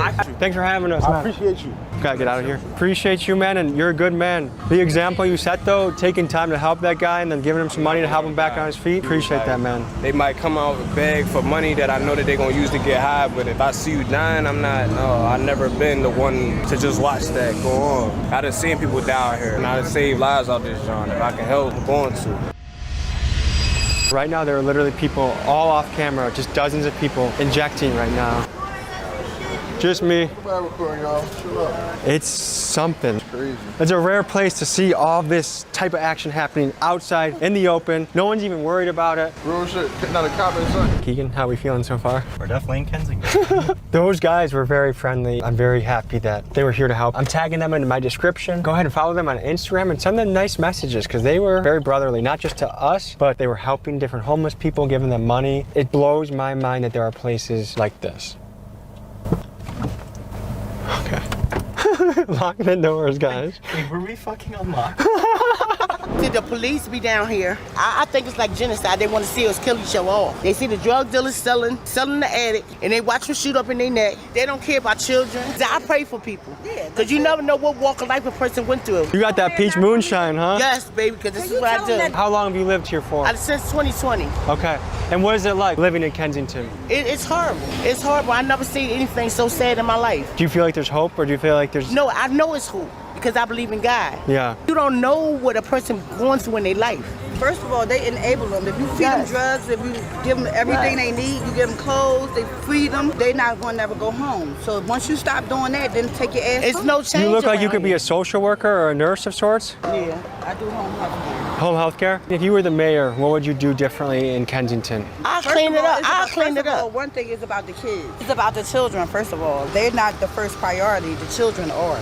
So these are grown adults. Like, they had jobs. Because basically, some of these adults are already far gone, but if you can help the kids... Yes, yeah. Like, if you can help because the kids, children are our future. Yes. And if they walk past and see stuff like that, they're going to think it's normal. Yeah. Have you ever been a victim of violence or been scared for your safety in this town? My nephew had got killed on 28th and Ridge. He was in a wheelchair. He got shot in his head. It's just crazy around here. Every time you turn around, it's always death and destruction. Would you recommend just cold turkey? Don't give them any resources? Let them... No, yes.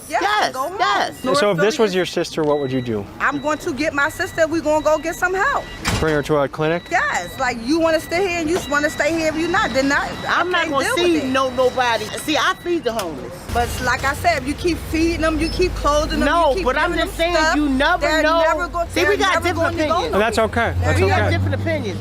See, my thing is I understand that you too, never but know. you It's not no debation. It's not no debation. Go get a job, then you'll be okay. Hey, each of you can have your own opinions. It's okay. Yeah, but I'm just saying, jobs are not easy to run across. I understand she's saying enabling, but you never know what walk of life somebody went through. You never know what somebody went through. And it's crazy because we're human. We're imperfect beings. We're imperfect beings. I'm not talking. Don't stop debating with me. Everybody got faults. Stop debating with me because it's not cool. But if I can help you, only thing I know, I did what I had to do. What God told me to do. I appreciate talking to you guys. Thank you. You have a blessing. Be safe, okay? All right, guys. This was Kensington. I'm at a loss a little bit for words. People have it tough, man. Some of this stuff is self-imposed. Some of it is the trauma of life. And I pray for these people. Thank you guys for watching. We'll see you next week. Take care. Dallas police need your help right now. They're trying to find a 17-year-old who they say is wanted in connection to 2 homicides. How did you get into this world? You know, it's trendy now. You see each other. So it's like you get with the program or shit, you get stepped on, you know? A couple nights I had to mask up, I had to let it go. Mama telling me to chill, but I can't seem to let it go. In every hood in Dallas, bro, it's probably like 5 young niggas that's really finna go do that for that sack like that. People really do shit like that cheap too. If I want to knock someone off, how much does it cost me? $3,600. Businesses in Northwest Dallas have been pleading with police to address the alarming number of prostitutes in the area along the stretch of road near Harry Hines Boulevard and Walnut Hill. Outside an adult video store where they walk up to cars in an area known for illegal solicitation.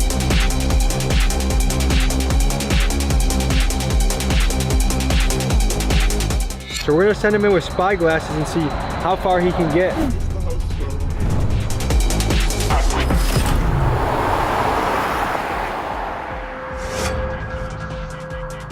Hey, shut your ass up. Hold this man roof in the car. We shooting a music video. Put asshole. And I was like, man, this girl wanted me to be her pimp. I had fell in love with that shit, and you know what I'm saying? I knew working 9 to 5s, that shit wasn't for me, bro.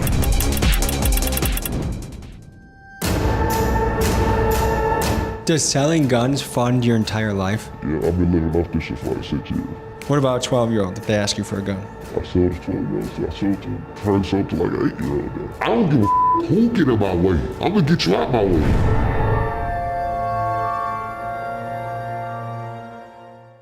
When you think of big money in Dallas, Texas, you might think of Jerry Jones and Mark Cuban, or perhaps AT&T and Southwest Airlines. Here, skyscrapers dominate the skyline, and businessmen in press suits make calls and close deals. But hidden in plain sight, there's another economy altogether, one that does not operate on Wall Street. I'm talking about a booming underground economy that pumps out millions of dollars a year. Hitmen, gun dealers, pimps, and people that will sell anything for a buck. And as we speak with these figures in the underworld, we will ask these questions. What's the price of a human life? What's the cost of selling your body? And where do you draw the line between good and evil? This is the side of Dallas you aren't meant to see. This, folks, is the world of sex, money, and murder.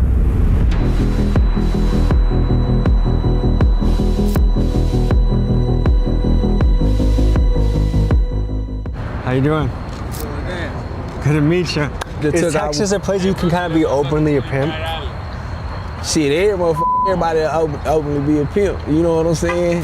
Pimping ain't illegal. Mispimping is illegal. And how close are we to the stroll? Harry Hines, we on it.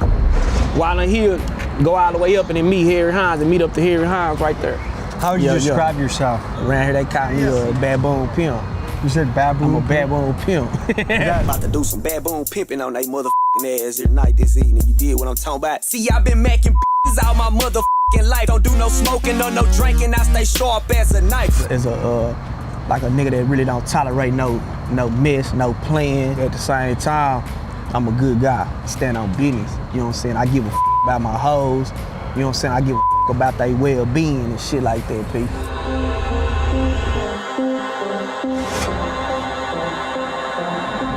At what point in your life did you decide pimping is my career? I've always had women do for me. I always was a Mac. Man, prostitutes when I didn't even know that they were prostitutes. You know, were interacting with me. They was hitting me up. And I wouldn't even know that the was trying to turn me up into some pimping. It just clicked one day. And I was like, man, this girl wanted me to be her pimp. I fell in love with that shit, and you know what I'm saying? I knew working 9 to 5s, that shit wasn't for me, bro. You know what I'm saying? Should I rock them for a little bit? You wanna wear them hoes? Shit, I'll let you wear Tommy G around this this motherfucker. inner pimp mind state, you know what I mean? Tommy G on this motherfucker Harry, y'all.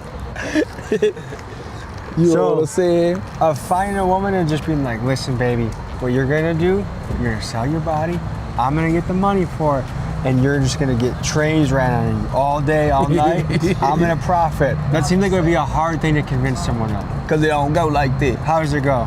Shit, like I said, you know, I'm famous for the line for pose and get chose, you know what I'm saying? Shit, it really goes, the be like that when it come to me, man. It's like, say, look, daddy, I want you to pimp on me like a motherfucker. You know what I'm saying? She out here getting to some money, and she struggling and running into trials and tribulations and shit, and the just can't hold it together. You know what I'm saying? That's what's gonna cause her to want to do that. What do you love about pimping? I'm on my time. I'm not on nobody else's time. I'm not waking up to no alarm clock because I've done that. I've had the alarm clock set at 5 o'clock. I've had the alarm clock set at 4:30. Man, 4:30 in the morning, I'm outside. Now, doing what the I want to do. You know, you go home for Thanksgiving, you say, Mom, this is what I've been up to lately. Guess what? I'm a pimp. Like, how does that go over at the dinner table? But guess what I come to the Thanksgiving table with, though? I come with the table, you know what I'm saying? That's what this shit provide for niggas, you know what I'm saying? My mama not gonna knock me for a hustle. A lot of us come from, nothing. It was born in us to hustle. But the hustle that we got was way more special than a lot of this dope dealing and gangster shit and shit like that. We got it off the hoe, you know what I'm saying? People don't understand that this is a game that is by choice, not by force. The major percentage of people in this lifestyle are women that are willingly participating in this lifestyle, right? And that you have actual gentlemen, men of real standards and integrity. So by improving your life, you're just like, go f 20 different people tonight and go make money? Right. For sure. The difference is their profession is just something that the average society doesn't understand. A lot of women may have never even owned a vehicle until they got around me. A lot of these women never even knew how to drive a car until they got with me. Most of the women in my life never had a bank account until they got with me. So you help them establish a bank account? Yeah, for sure, definitely. You're kind of saying that the pimp genuinely raises the game. Yeah, for sure. It helps her. Yeah, when it's done the right way. Yeah, when it's done the right way.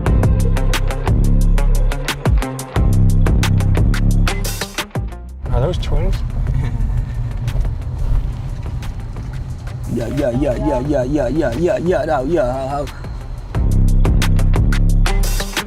Nothing right here is a go, though.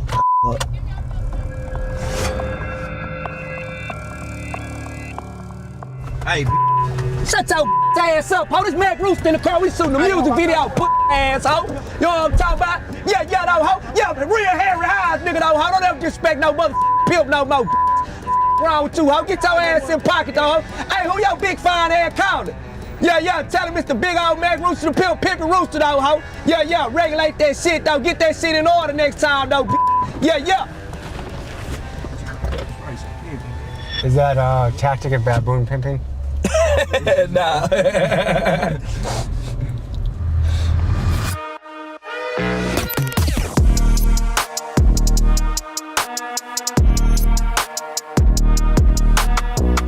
How is this open? How is this allowed?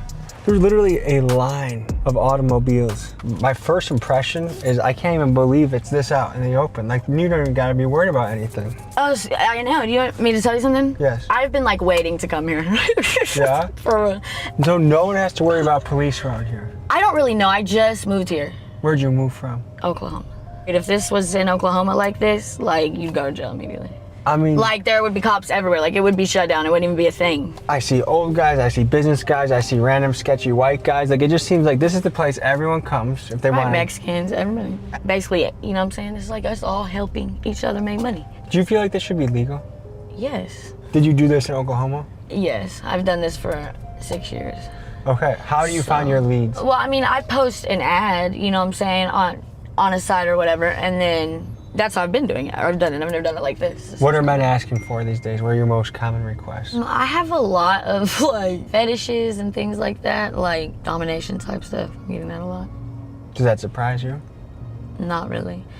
Are they inviting you to a house? Are they inviting you to a motel? It depends on where they, live or, also where you're comfortable in. But where they, I'll go to a hotel, a house, apartment. What's the menu and what's the price list? Okay, my only thing is I don't do Greek. Greek is you shouldn't go like lower than like 200. Not every scene was able to fit into this video, so to see a treasure trove of inside access to see things you can't find anywhere else on the internet, click my Patreon link. It is in the description. What's the downsides to this business? I don't know. Right now I'm going through the phase of like people like, disliking it, like kind of, like being weird about the fact that you do that. You know what I'm saying? Like you go to. Okay, so what does that mean? They're just driving through, but maybe you could. I'm not getting out the car right now. I don't think they're. Can you turn this light off right here above us? Sorry. So are you nervous at this point? Yeah. Should we just go interview them? Get out of the car, you get out of the car, you go that way, we go interview them? That's your getaway call and that's our... Yeah, can I get out the car after you start walking that way? Sure. Yeah. You think that's a good move, Miguel? Yeah, that's good. Okay, we're going, Miguel.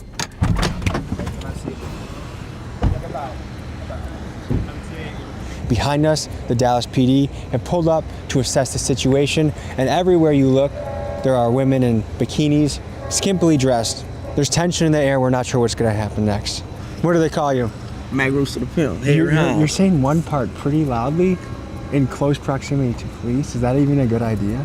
Nah, I don't give a f. Should you though? Mac Rooster the motherfucking P.I. man. You know what I'm talking about? Mac Rooster the motherfucking Pimp, man, yeah. And why are you comfortable saying that right by law enforcement? Shit, they know who I was. They pop out and tell me who I am. Whether these motherfuckers take me or not, I don't give a f. It come with the shit. But when we entered, security really wasn't feeling us. You know what I'm saying? He wasn't feeling me. You think that's what it was? Nah, for sure. Anytime pimps enter the shit, you know what I'm saying, the police gonna come. You know what I'm saying? If they feel like calling, you know what I'm saying, which is really a big ass contradiction. You know what I'm saying? Cause a trick can ride through this motherfucker. But you know what I'm saying? Pimp come through, it's our hell. I mean, we saw businessmen, we saw people of all races and classes pulling up. Good, how are you, man? Just to let y'all know, okay? So, manager, he don't want y'all to record me properly. Like, are you so committed to this lifestyle that you're willing to face decades? Yeah, I mean, it's like this. I don't have no problem with that being on the line because I know the way that I move. I don't deal with kids, for one. You know what I'm saying? And I'm not saying that a grown woman can't tell on you. She can. When you have a certain relationship with somebody, you're risking it, period. You can be a married man and catch you a domestic violence case. I guess I'm curious, what actually was it that made a call happen? And who would call the police if they saw what they thought was a pimp approaching? Like, what benefit does that have to the rest of the prostitutes and the customers out there?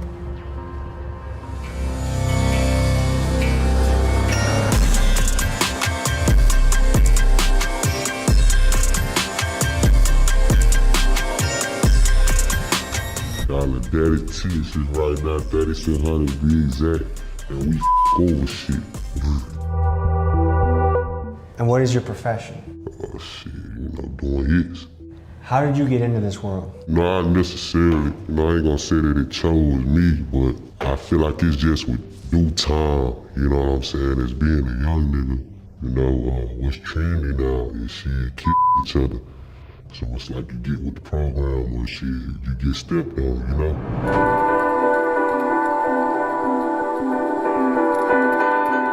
2016, he was murdered with one of his friends. Some guys had came to sell some marijuana. They pulled out guns and started to attempt to, I guess, rob them. He just got shot in the midst of whatever they had going on. There were eventually, thanks to me, 2 people that was convicted, if you want to say that, but it's like a slap on the wrist because they killed 2 people. We all are left here with the pain to, that we deal with every day. Good kid, very lovable. Everybody loved him, We was sitting at the dinner table one day, it was me and my boys. They was around 12, 13 years of age at the time. And I started letting them know, I said, hey, y'all hitting that danger zone in life. It's the death zone, ages 13 to 25. And I said, one day, you might come in class and that desk is empty. Your classmate didn't make it. And I said, it may even be you. If I want to knock someone off, how much does it cost me? 3,600. To someone for $3,600 sounds like a cheap amount. I mean, with this new wave out here, it's a lot of people out here seeing paper. 3,600, that's a large amount. In the streets about for me a couple nights, I had to mask up, I had to let it go. Mama telling me to chill, but I can't seem to let it go. How hard is it to find a hitman in the hood? In every hood in Dallas, bro, it's probably like 5 young niggas that's really finna go do that for that sack like that. Like, you got some people that do it for like 5,000. Some people, that shit, it depend on like whoever it is, bro. Like, people really do shit like that for cheap too. If you had to give a range, like how many missions have you gone on? I couldn't tell you, bro. Are we talking less than 5 or more than 5? No, more than 5, that's light work. What kind of fear do you have in being caught? I don't really got too much fear in it, I think about it a whole lot. I done got caught for, something like that before, so. But if you doing it, then you know what comes with it, you know what I'm saying? The penalty for doing this could be your life in prison. What makes that worth $3,700? Shit, your loved ones. The range of punishment I go to for my loved ones, you know what I'm saying? Rather it cause me to sit on death row or, go to hell, because we don't know, but, you know what I'm saying? As in the flesh, that's something we tend to accept. You know what I'm saying? It's an eye for an eye, it's a lick for a lick, so. Oh shit, you do your homework. It's a lot of different ways, you could just see an individual out in public, y'all at the same place at the same time, that's God's work, you handle your business, and it's all about respect, bro, you know what I'm saying? You disrespect me, I stand on that business and I show you, you know what I'm saying? If you bring me a problem, I don't know this person, you know what I'm saying? What do his life mean to me? Nothing. You don't feel any type of way about taking someone's life? We do. If you say you don't, you a cold motherfucker. I would say everybody tends to think about it. It's just a thought in their head that they push to the back of their mind. I don't give a damn if it's your mama. I don't give a damn if it's your daddy, your brother. I don't give a damn if it's your 3-year-old daughter. When you speaking real business at that table, everybody's name come up. You know what I'm saying? And you handle it accordingly. So that's how you make it home. What is it about that 13 to 25 with young men that makes it such a dangerous zone? When I was coming up, the dude that was doing the and the stealing and robbing and had money, hey man, you know what? You better be in school. I better not catch you skipping school. It was more like that back then. Now it's not like that, There's no leadership with these youngsters. I just feel like we're just in the fallen state. I think we're at a point of no return with that.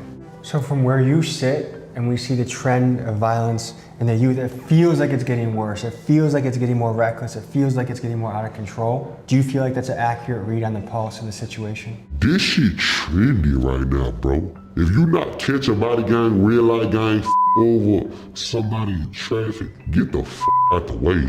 It's not going nowhere but up from here. If I wanted to hire someone to take someone out, how many guys like you do you think there are floating around Dallas? Oh, plenty. All you gotta do is open your mouth. You got young niggas volunteering to put their work in.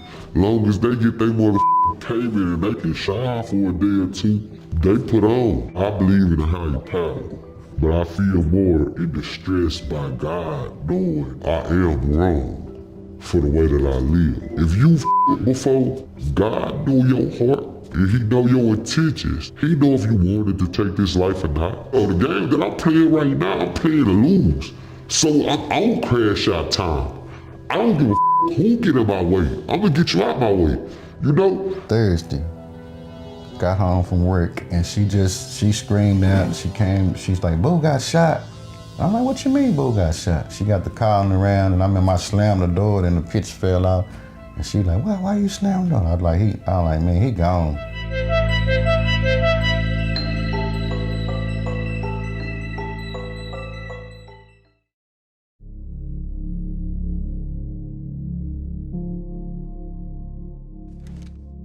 A big story impacted your life recently. Right. Tell me what that was. Recently, two of my daughters, they were murdered by one of my daughter's boyfriends. Tell me the business that you're in. I'm self-employed, but I do this for a living, so I pay my bills and shit. Tell me about your business. Like, are you the builder? Are you the supplier, the wholesaler? I build, I sell, like this how it started, like ARP, I build the micro buffer tools and the 5-inch and shit. And Drakes, I get Drakes and shit for people. I flip it on hoes, I make 500 profit off those, I make like 4 off these. The night it happened. Okay.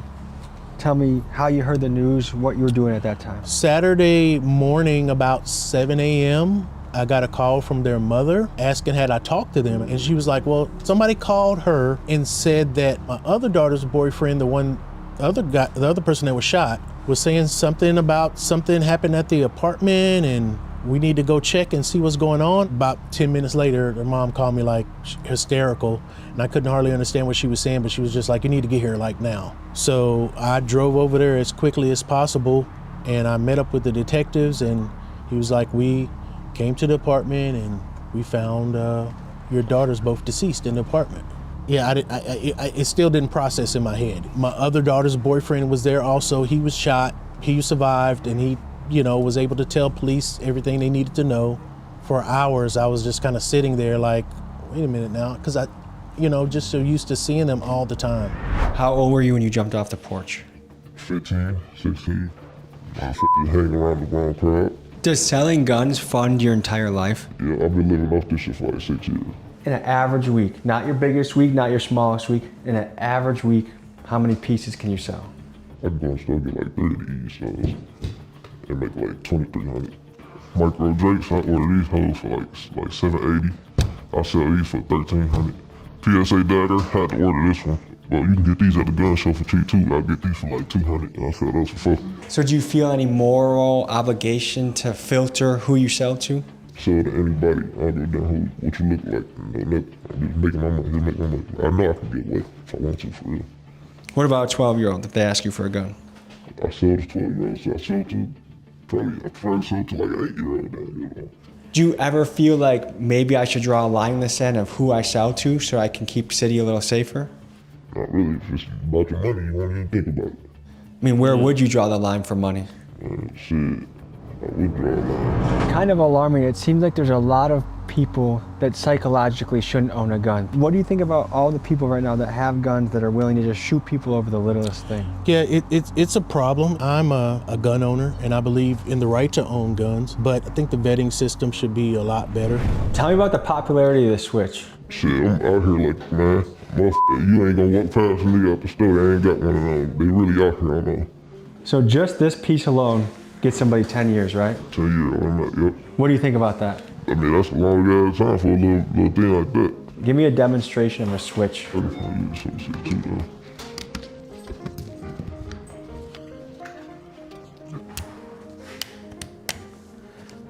man. That's why keep something on ride and shit, keep something on the side in case police do pull over. We got something like an extra back plate like this to throw that back on. Ah, so it's almost like a fake license plate but for a gun. Yeah.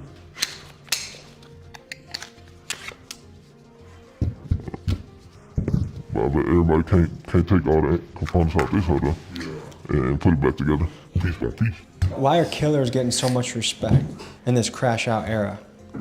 Shit, I don't even, this is what they do, that's how, I don't know. There seems to be a cultural wave happening, especially amongst our young people, where killing people, shooting people, being extremely reckless and violent is becoming more celebrated. How do we reverse that trend?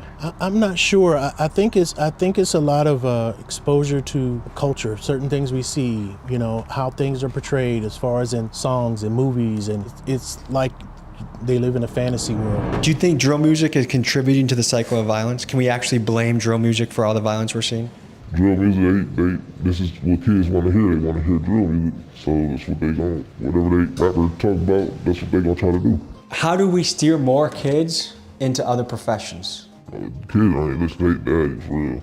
Shit, dad can sit down and have a damn conversation with his motherfucking son, or shit, mama let dad come around, shit, kids will probably do what the they really do. How far do you want to take this? Where do you want to go with this career? I'm gonna really try to get more legal, try to get my LLC, get my business going, because I really didn't want to do it illegally for too long, for real. It's just because, you know, it costs a lot to get the business started and shit. I really want to do this to get the business started. I'm hated, bro. When y'all need a gun, come fuck with me. I'm in Dallas. 75% of kids their age will choose street money over paper money, or a real job, I guess I could say, a 9 to 5. You're a man working for the city, working hard. How do we get more young people to follow in your shoes? Starts at home. We need to teach them, you know, there's more value in doing what's right instead of doing what's wrong. We need to just be better people.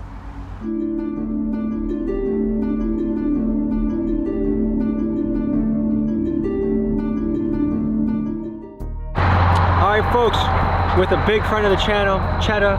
He runs the page, Texas Buzz, one of the most popular Instagram pages in Texas, so go follow that. But he's been on some of the wildest missions in channel history. We got raided by Mexican police, and we're here back on the Blade. So we're gonna send him in with spy glasses and see how far he can get to this world.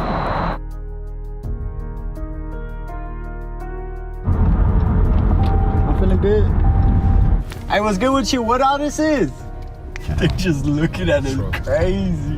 What this is? They told us to slide by. Oh, this place. This what the hoes mean? The host stroke? Where y'all slide to? Like, let's say like somebody pulls up like, hey yo, what's up? Like, I'm down. Like, where do you slide to? You going that place right there? Let's go. Let's slide. Dude, they just park the car and walk. How do we do this? All right, we finna park. I hear his ass. Yep, loud and clear.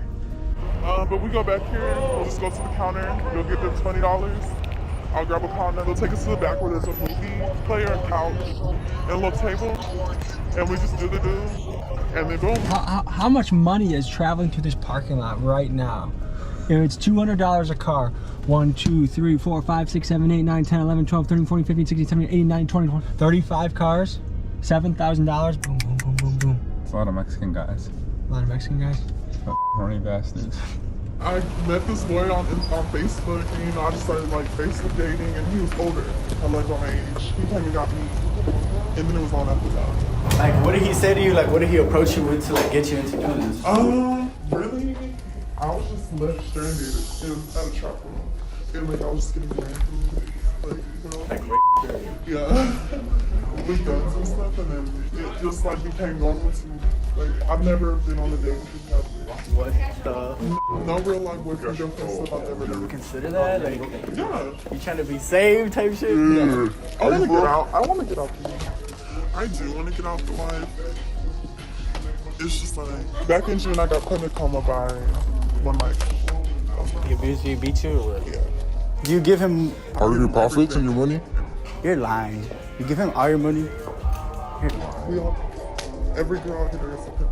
If every girl that's with me, they tell you they give me a percentage of their life. That's crazy. Yes.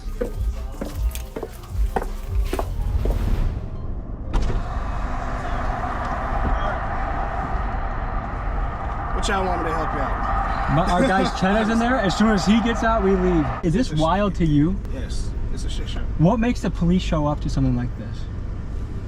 So, only way a cop will come over here is if like one of us called them and be like, hey, you know, there's a lot of activity going on the property. Or like an aggressive pimp situation? Correct. That's the only reason why they have us here. But it's open season. Yeah, so that's... Yo! No! Too obvious or what? So, yeah, so, no, not that. So our job, on my contract, our job is to like keep them away from the brown building. Does that make sense? So that's why you see all of them down that way. Is this normal? On Friday and Saturdays, yes. It used to be worse. Next time I'm here, it used to be 20%. This is a multi-million-dollar parking lot to defend. I can see that. That's crazy. Do people actually rent these? Or...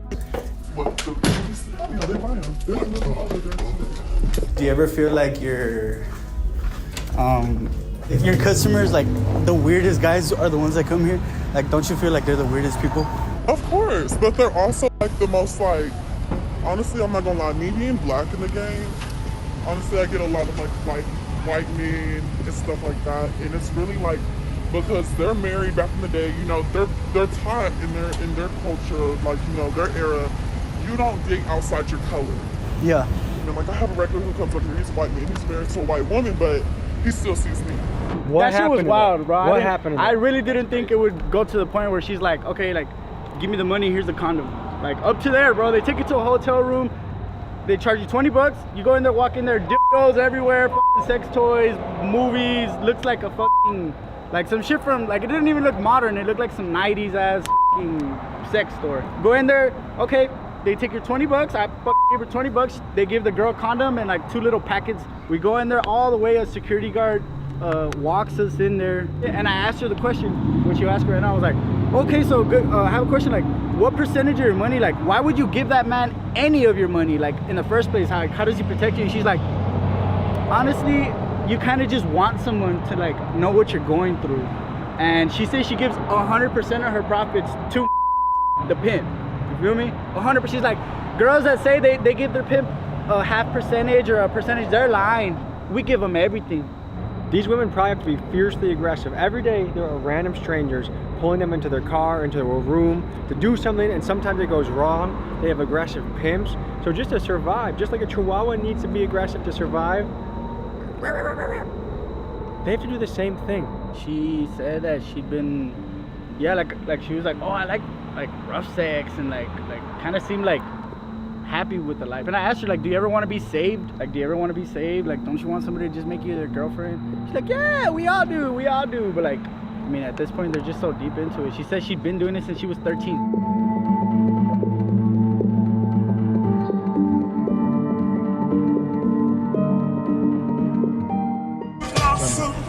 Back to the hairy, man, you know what I'm talking about? Back to that hairy Hines and wild in that hill. Wicked wild in that hill. Scary, hairy. Man, we some motherfucking pimp, come on, man. Yeah, man, ain't it, man? How about that shit, Jack?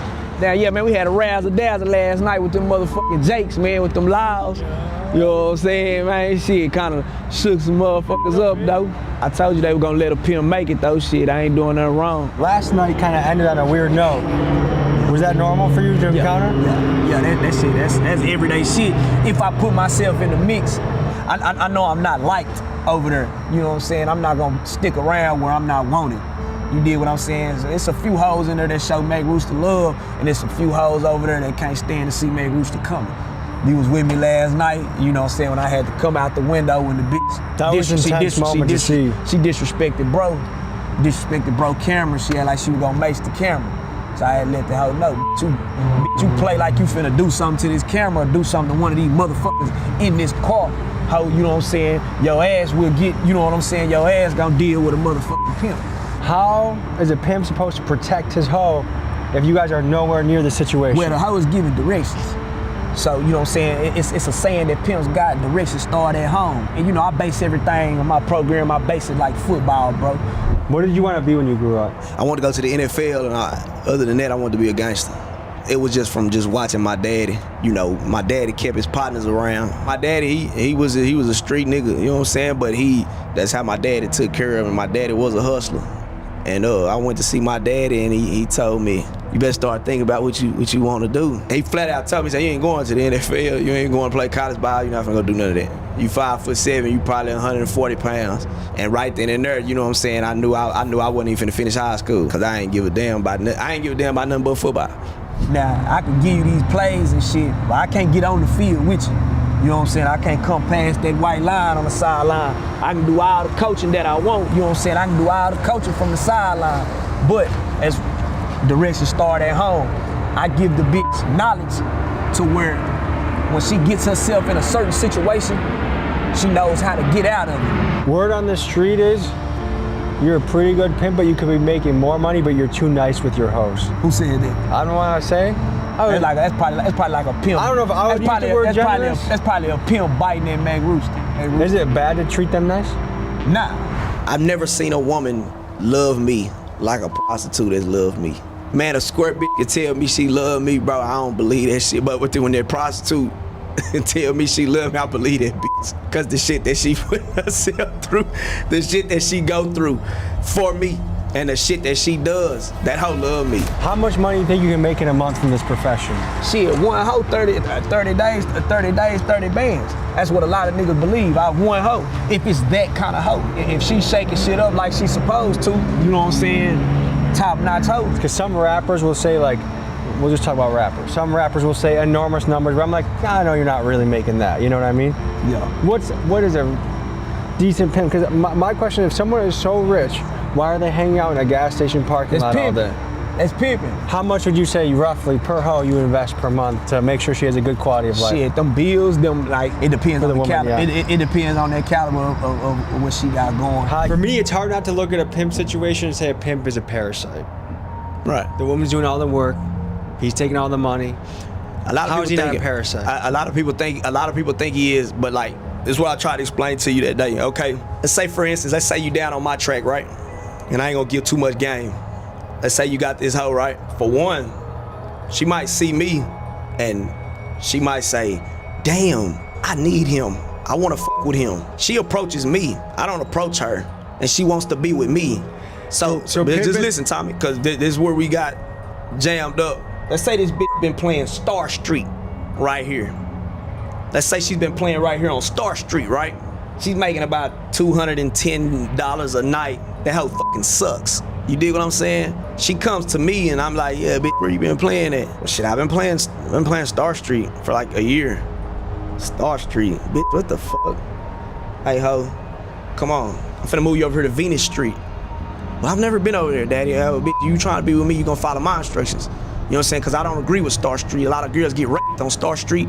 I don't care for it. A lot of girls get robbed on Star Street. Well, okay, I'm just gonna follow your lead. Now I had this woman on Venus Street. Her days turn into $1,300 nights. Her nights turn into $2,000 nights. She's safe. The tricks are standing on business. There's no kids riding through. There's nobody shooting her with BB guns. There's nobody. She got that from me. You guys are acting like you're providing some like grand, elevational, educational experience with this woman. Most people watching this are gonna say you're out of your fucking mind. Yeah. What do you say to that? I'm out of my fucking mind to them. I'm not out of my mind to a real hoe. Because a hoe knows and believes that. But from the bottom of your heart, you feel like you're doing like the genuine good work. She gonna hoe without me. She gonna hoe without me. Like I told you last night, like, you know what I'm saying, like the famous slogan, pose and get chose. A lot of hoes, bro, I don't go at a lot of hoes first. I don't hit up a lot of hoes first. And any hoe in this game will tell you that, man. He don't do a lot of talking first. As long as a hoe gon' hoe, them hoes gon' need pimps. Ladies and gentlemen, I'm Tommy G, and I'm in PG right now with Big Fly. Y'all already know the going on. Max Block 187 on my mother's going to down. Make sure y'all tune in right now. Big dog's gotta eat. What's going on, fellas? What's up, man? Is this a hot area? Yeah, pretty much. I mean, it's hot for who make it hot type shit. You made a song called The Black KKK. Tell us about that. I said I'm sorry about white dudes. Something like that. I put 100 guns in a Greyhound. He got 100 pounds, that's a takedown. Well, that's your fat nigga. If he a lick, we gon' take that nigga. Kidnap and we gon' take that nigga. You let a nigga come take your piss. Damn, it was you dissing me? Probably a good idea to avoid doing a big flock this. Today, folks, I take you to the most gangster place you've never heard of, Suitland, a city in Prince George County, Maryland. This is an area that's been plagued with violence and shootings. According to police, murders in Prince George's County are up by more than 50% compared to the same time last year.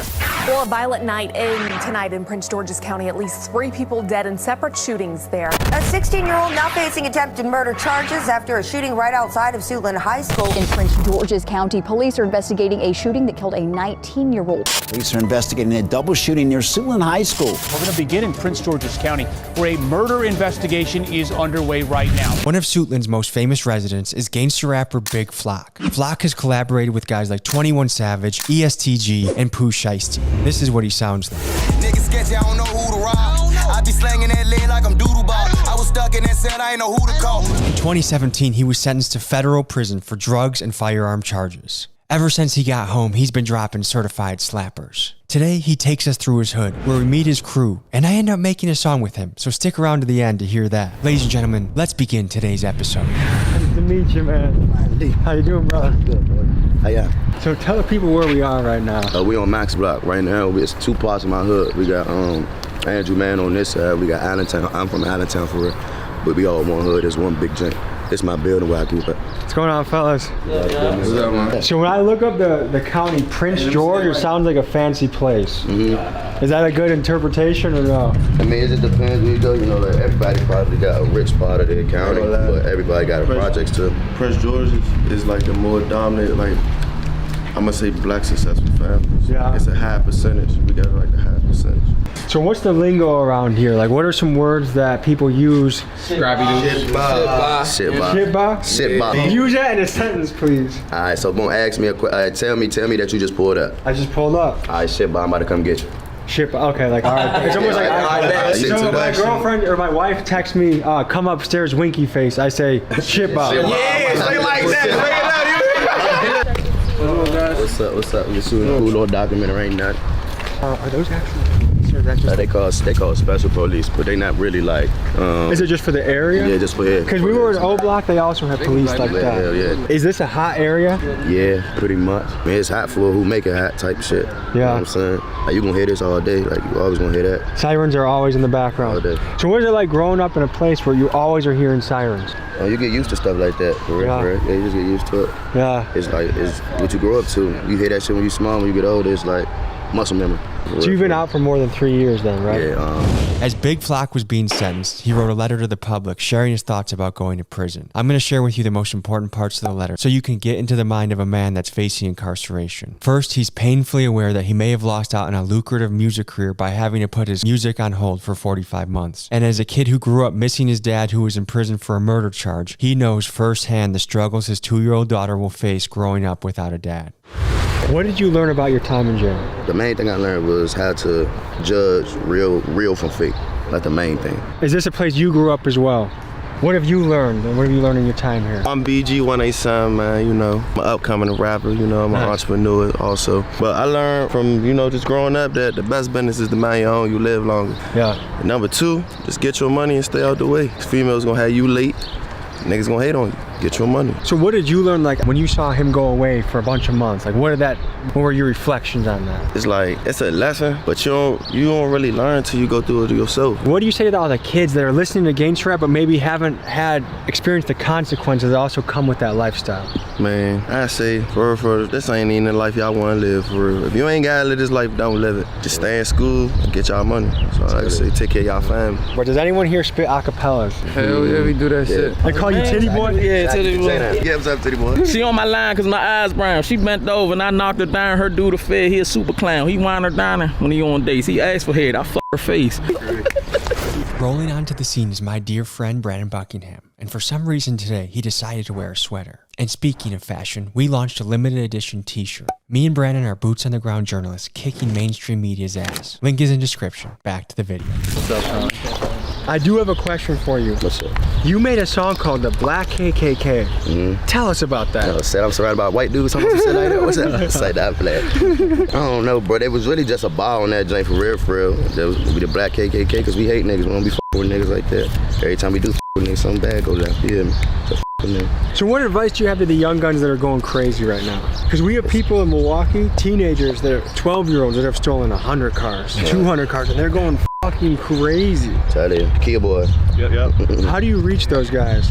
Oh, you can't, man. I mean, shit. I just to be honest, that's not my job for real. That's for their parents. You know what I'm saying? That's some parental shit. They need to just go ahead and handle their business as a parent. So you feel like parents not doing their job is the reason we got Kia boys? Man, it can't be. Niggas sketchy, I don't know who to rob. I be slanging that lead like I'm doodle ball. I was stuck in that cell, I ain't know who to call. Stressing out cause they cut them computers off. We ain't talking about food, blow you up like a soup. That just mean that we knocking your noodle off. If you got to talk to a bunch of middle school kids that were choosing, hey, which direction am I gonna go? And they're considering going the street route, what would you tell them? I'm gonna go back to my middle school. Me, when I was in middle school, I thought it was cool to be the bad guy. I thought it was funny, but it's not when you get older and you realize like, hey, I really gotta take care of somebody, kid or. How young were you when you first witnessed a violent act? I was like 8 or 9. When I was looking out the window, we just seen somebody arguing. The next thing you know, we see a hand raising, it's a flash. We heard more shots. We jumped out the window like, man, that shit crazy. You guys told me a little bit about it, but what's the lingo in the area? Anything else I missed? We got our own lingo. Yeah, I got their own lingo. Like, I be saying what's up though. Shit, boss. Cause I only know some of the Milwaukee's. We from Milwaukee. Yeah. Yeah. Lingo down there. Smacking that shit. Yeah. What's up, brother? That's another one. Oh, all right. He added an extra. So there is a rapper that used to be signed to Gucci Mane's record label. He's got multiple. He a wild nigga. Stay away. He over there. I'll tell Tommy. There's a rapper named Lil Wop that used to be signed. Does he have a little wop? I mean, now he's about to have no wop, but Hey man, don't freaky shit on this shit, man. How old were you when you got your first face tattoo? 17. And do you remember which one was your first? Yeah, my first tattoo was the dove. It's a dove right here, right? And what does that stand for? That's my brother, C. Diddy, he passed away. My little bro. He had an Audi in high school. I got this in jail. I got this in jail. Oh, someone actually did it while in jail? Yeah, hell yeah. I got my whole body done in jail for real. Yeah? I wish I ain't never did this shit. Really? Yeah. I could be a model or something on it. And everybody's so judgmental about what the you look like. They judge off appearance before they even talk to you. So what kind of judgments have people made about you without knowing you based off your face tattoos? Slow, gotta be a dumbass robber, don't know how to talk, trying to be too tough, trying to use a scared tactic, whatever the you think about it. Niggas don't even be on that though. I got all this shit just because I wanted it. Yeah.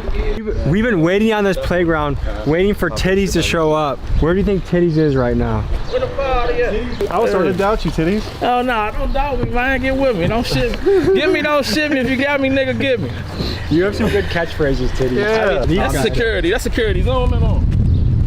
Just act normal, man. Everybody filthy over this motherfucker. Act normal. Y'all in the documentary now. Y'all motherfuckers about to be on Netflix. Yeah, we gotta do an interview. Y'all about to be on Netflix. Tell the people where we're at right now. No comment.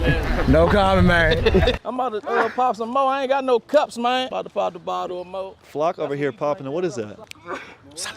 Get you some Don Julio. You a Fulio if you don't drink Don Julio. Hey.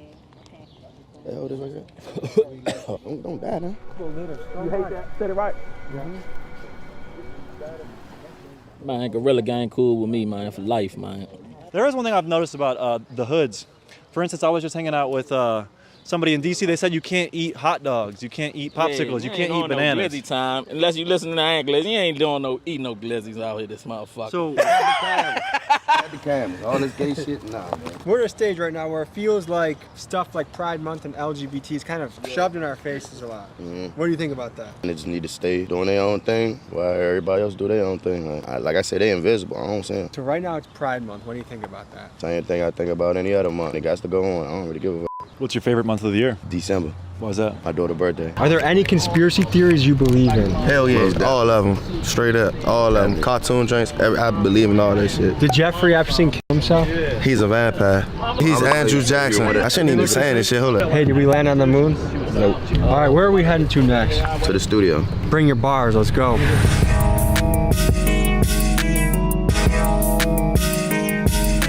So, somehow, like we're going from like gangster rap land to next to like a Chevrolet dealer out in the sticks. DJ Tommy G out here. Where did you bring us, Big Flock? We look like we're in the sticks right now. We are in the semi-sticks right now, my boy.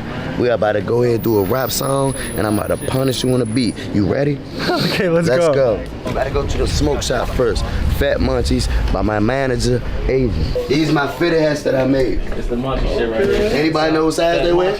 I'm gonna give you a gift to take home. So what are we looking at right now, fellas? This is the Fat Munchies and for Reapers only cross brand line. We all have the same line for Reapers only. This will be my hat right here, and the Fat Munchies hat will be right here. So you got a clothing line? Yeah, I got clothing line, hat line, vending machines. I rap. I do other things. I do everything, to be honest. Well, there you go. There you go. Hey, look, I'm like Vanilla Ice 2023. Gang. When y'all come down here, make sure you put Fat Munchies, no matter what. Y'all look cool. Sheesh.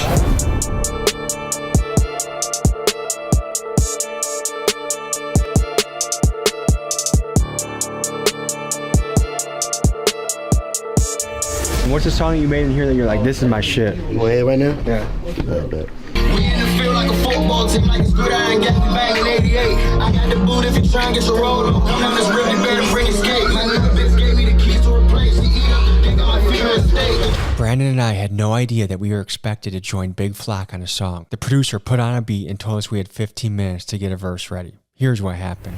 When you call, we in the spot, we not in the band though. BG keep a dog is no BG keep a BG keep a dog is not a cocker spaniel. God damn.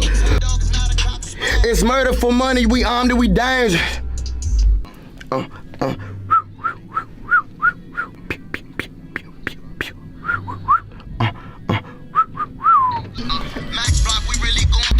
I'm a big dog, can't put me on a leash. Just go right before it tap me in.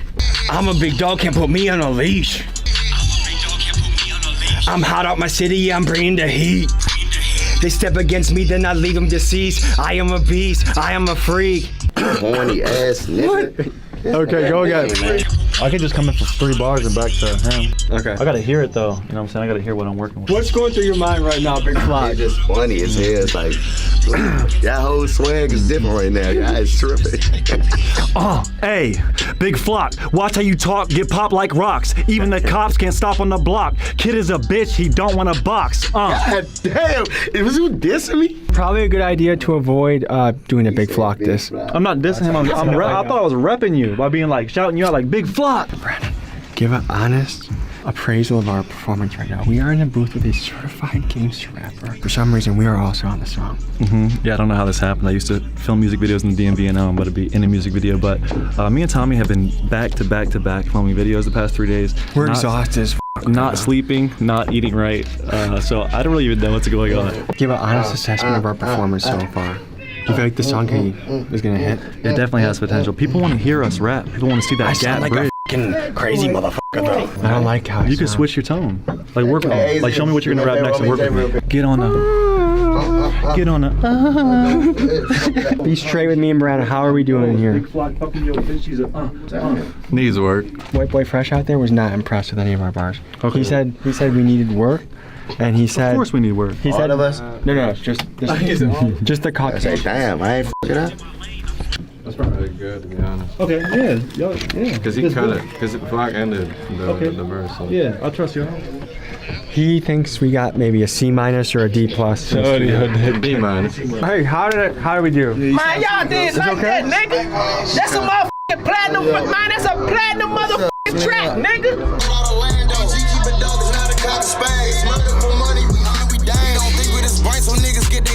I'm a big dog, can't put me on a leash. I'm hot out my city, I'm bringing the heat. They step against me, then I leave them deceased. I am a beast, understand that capiche?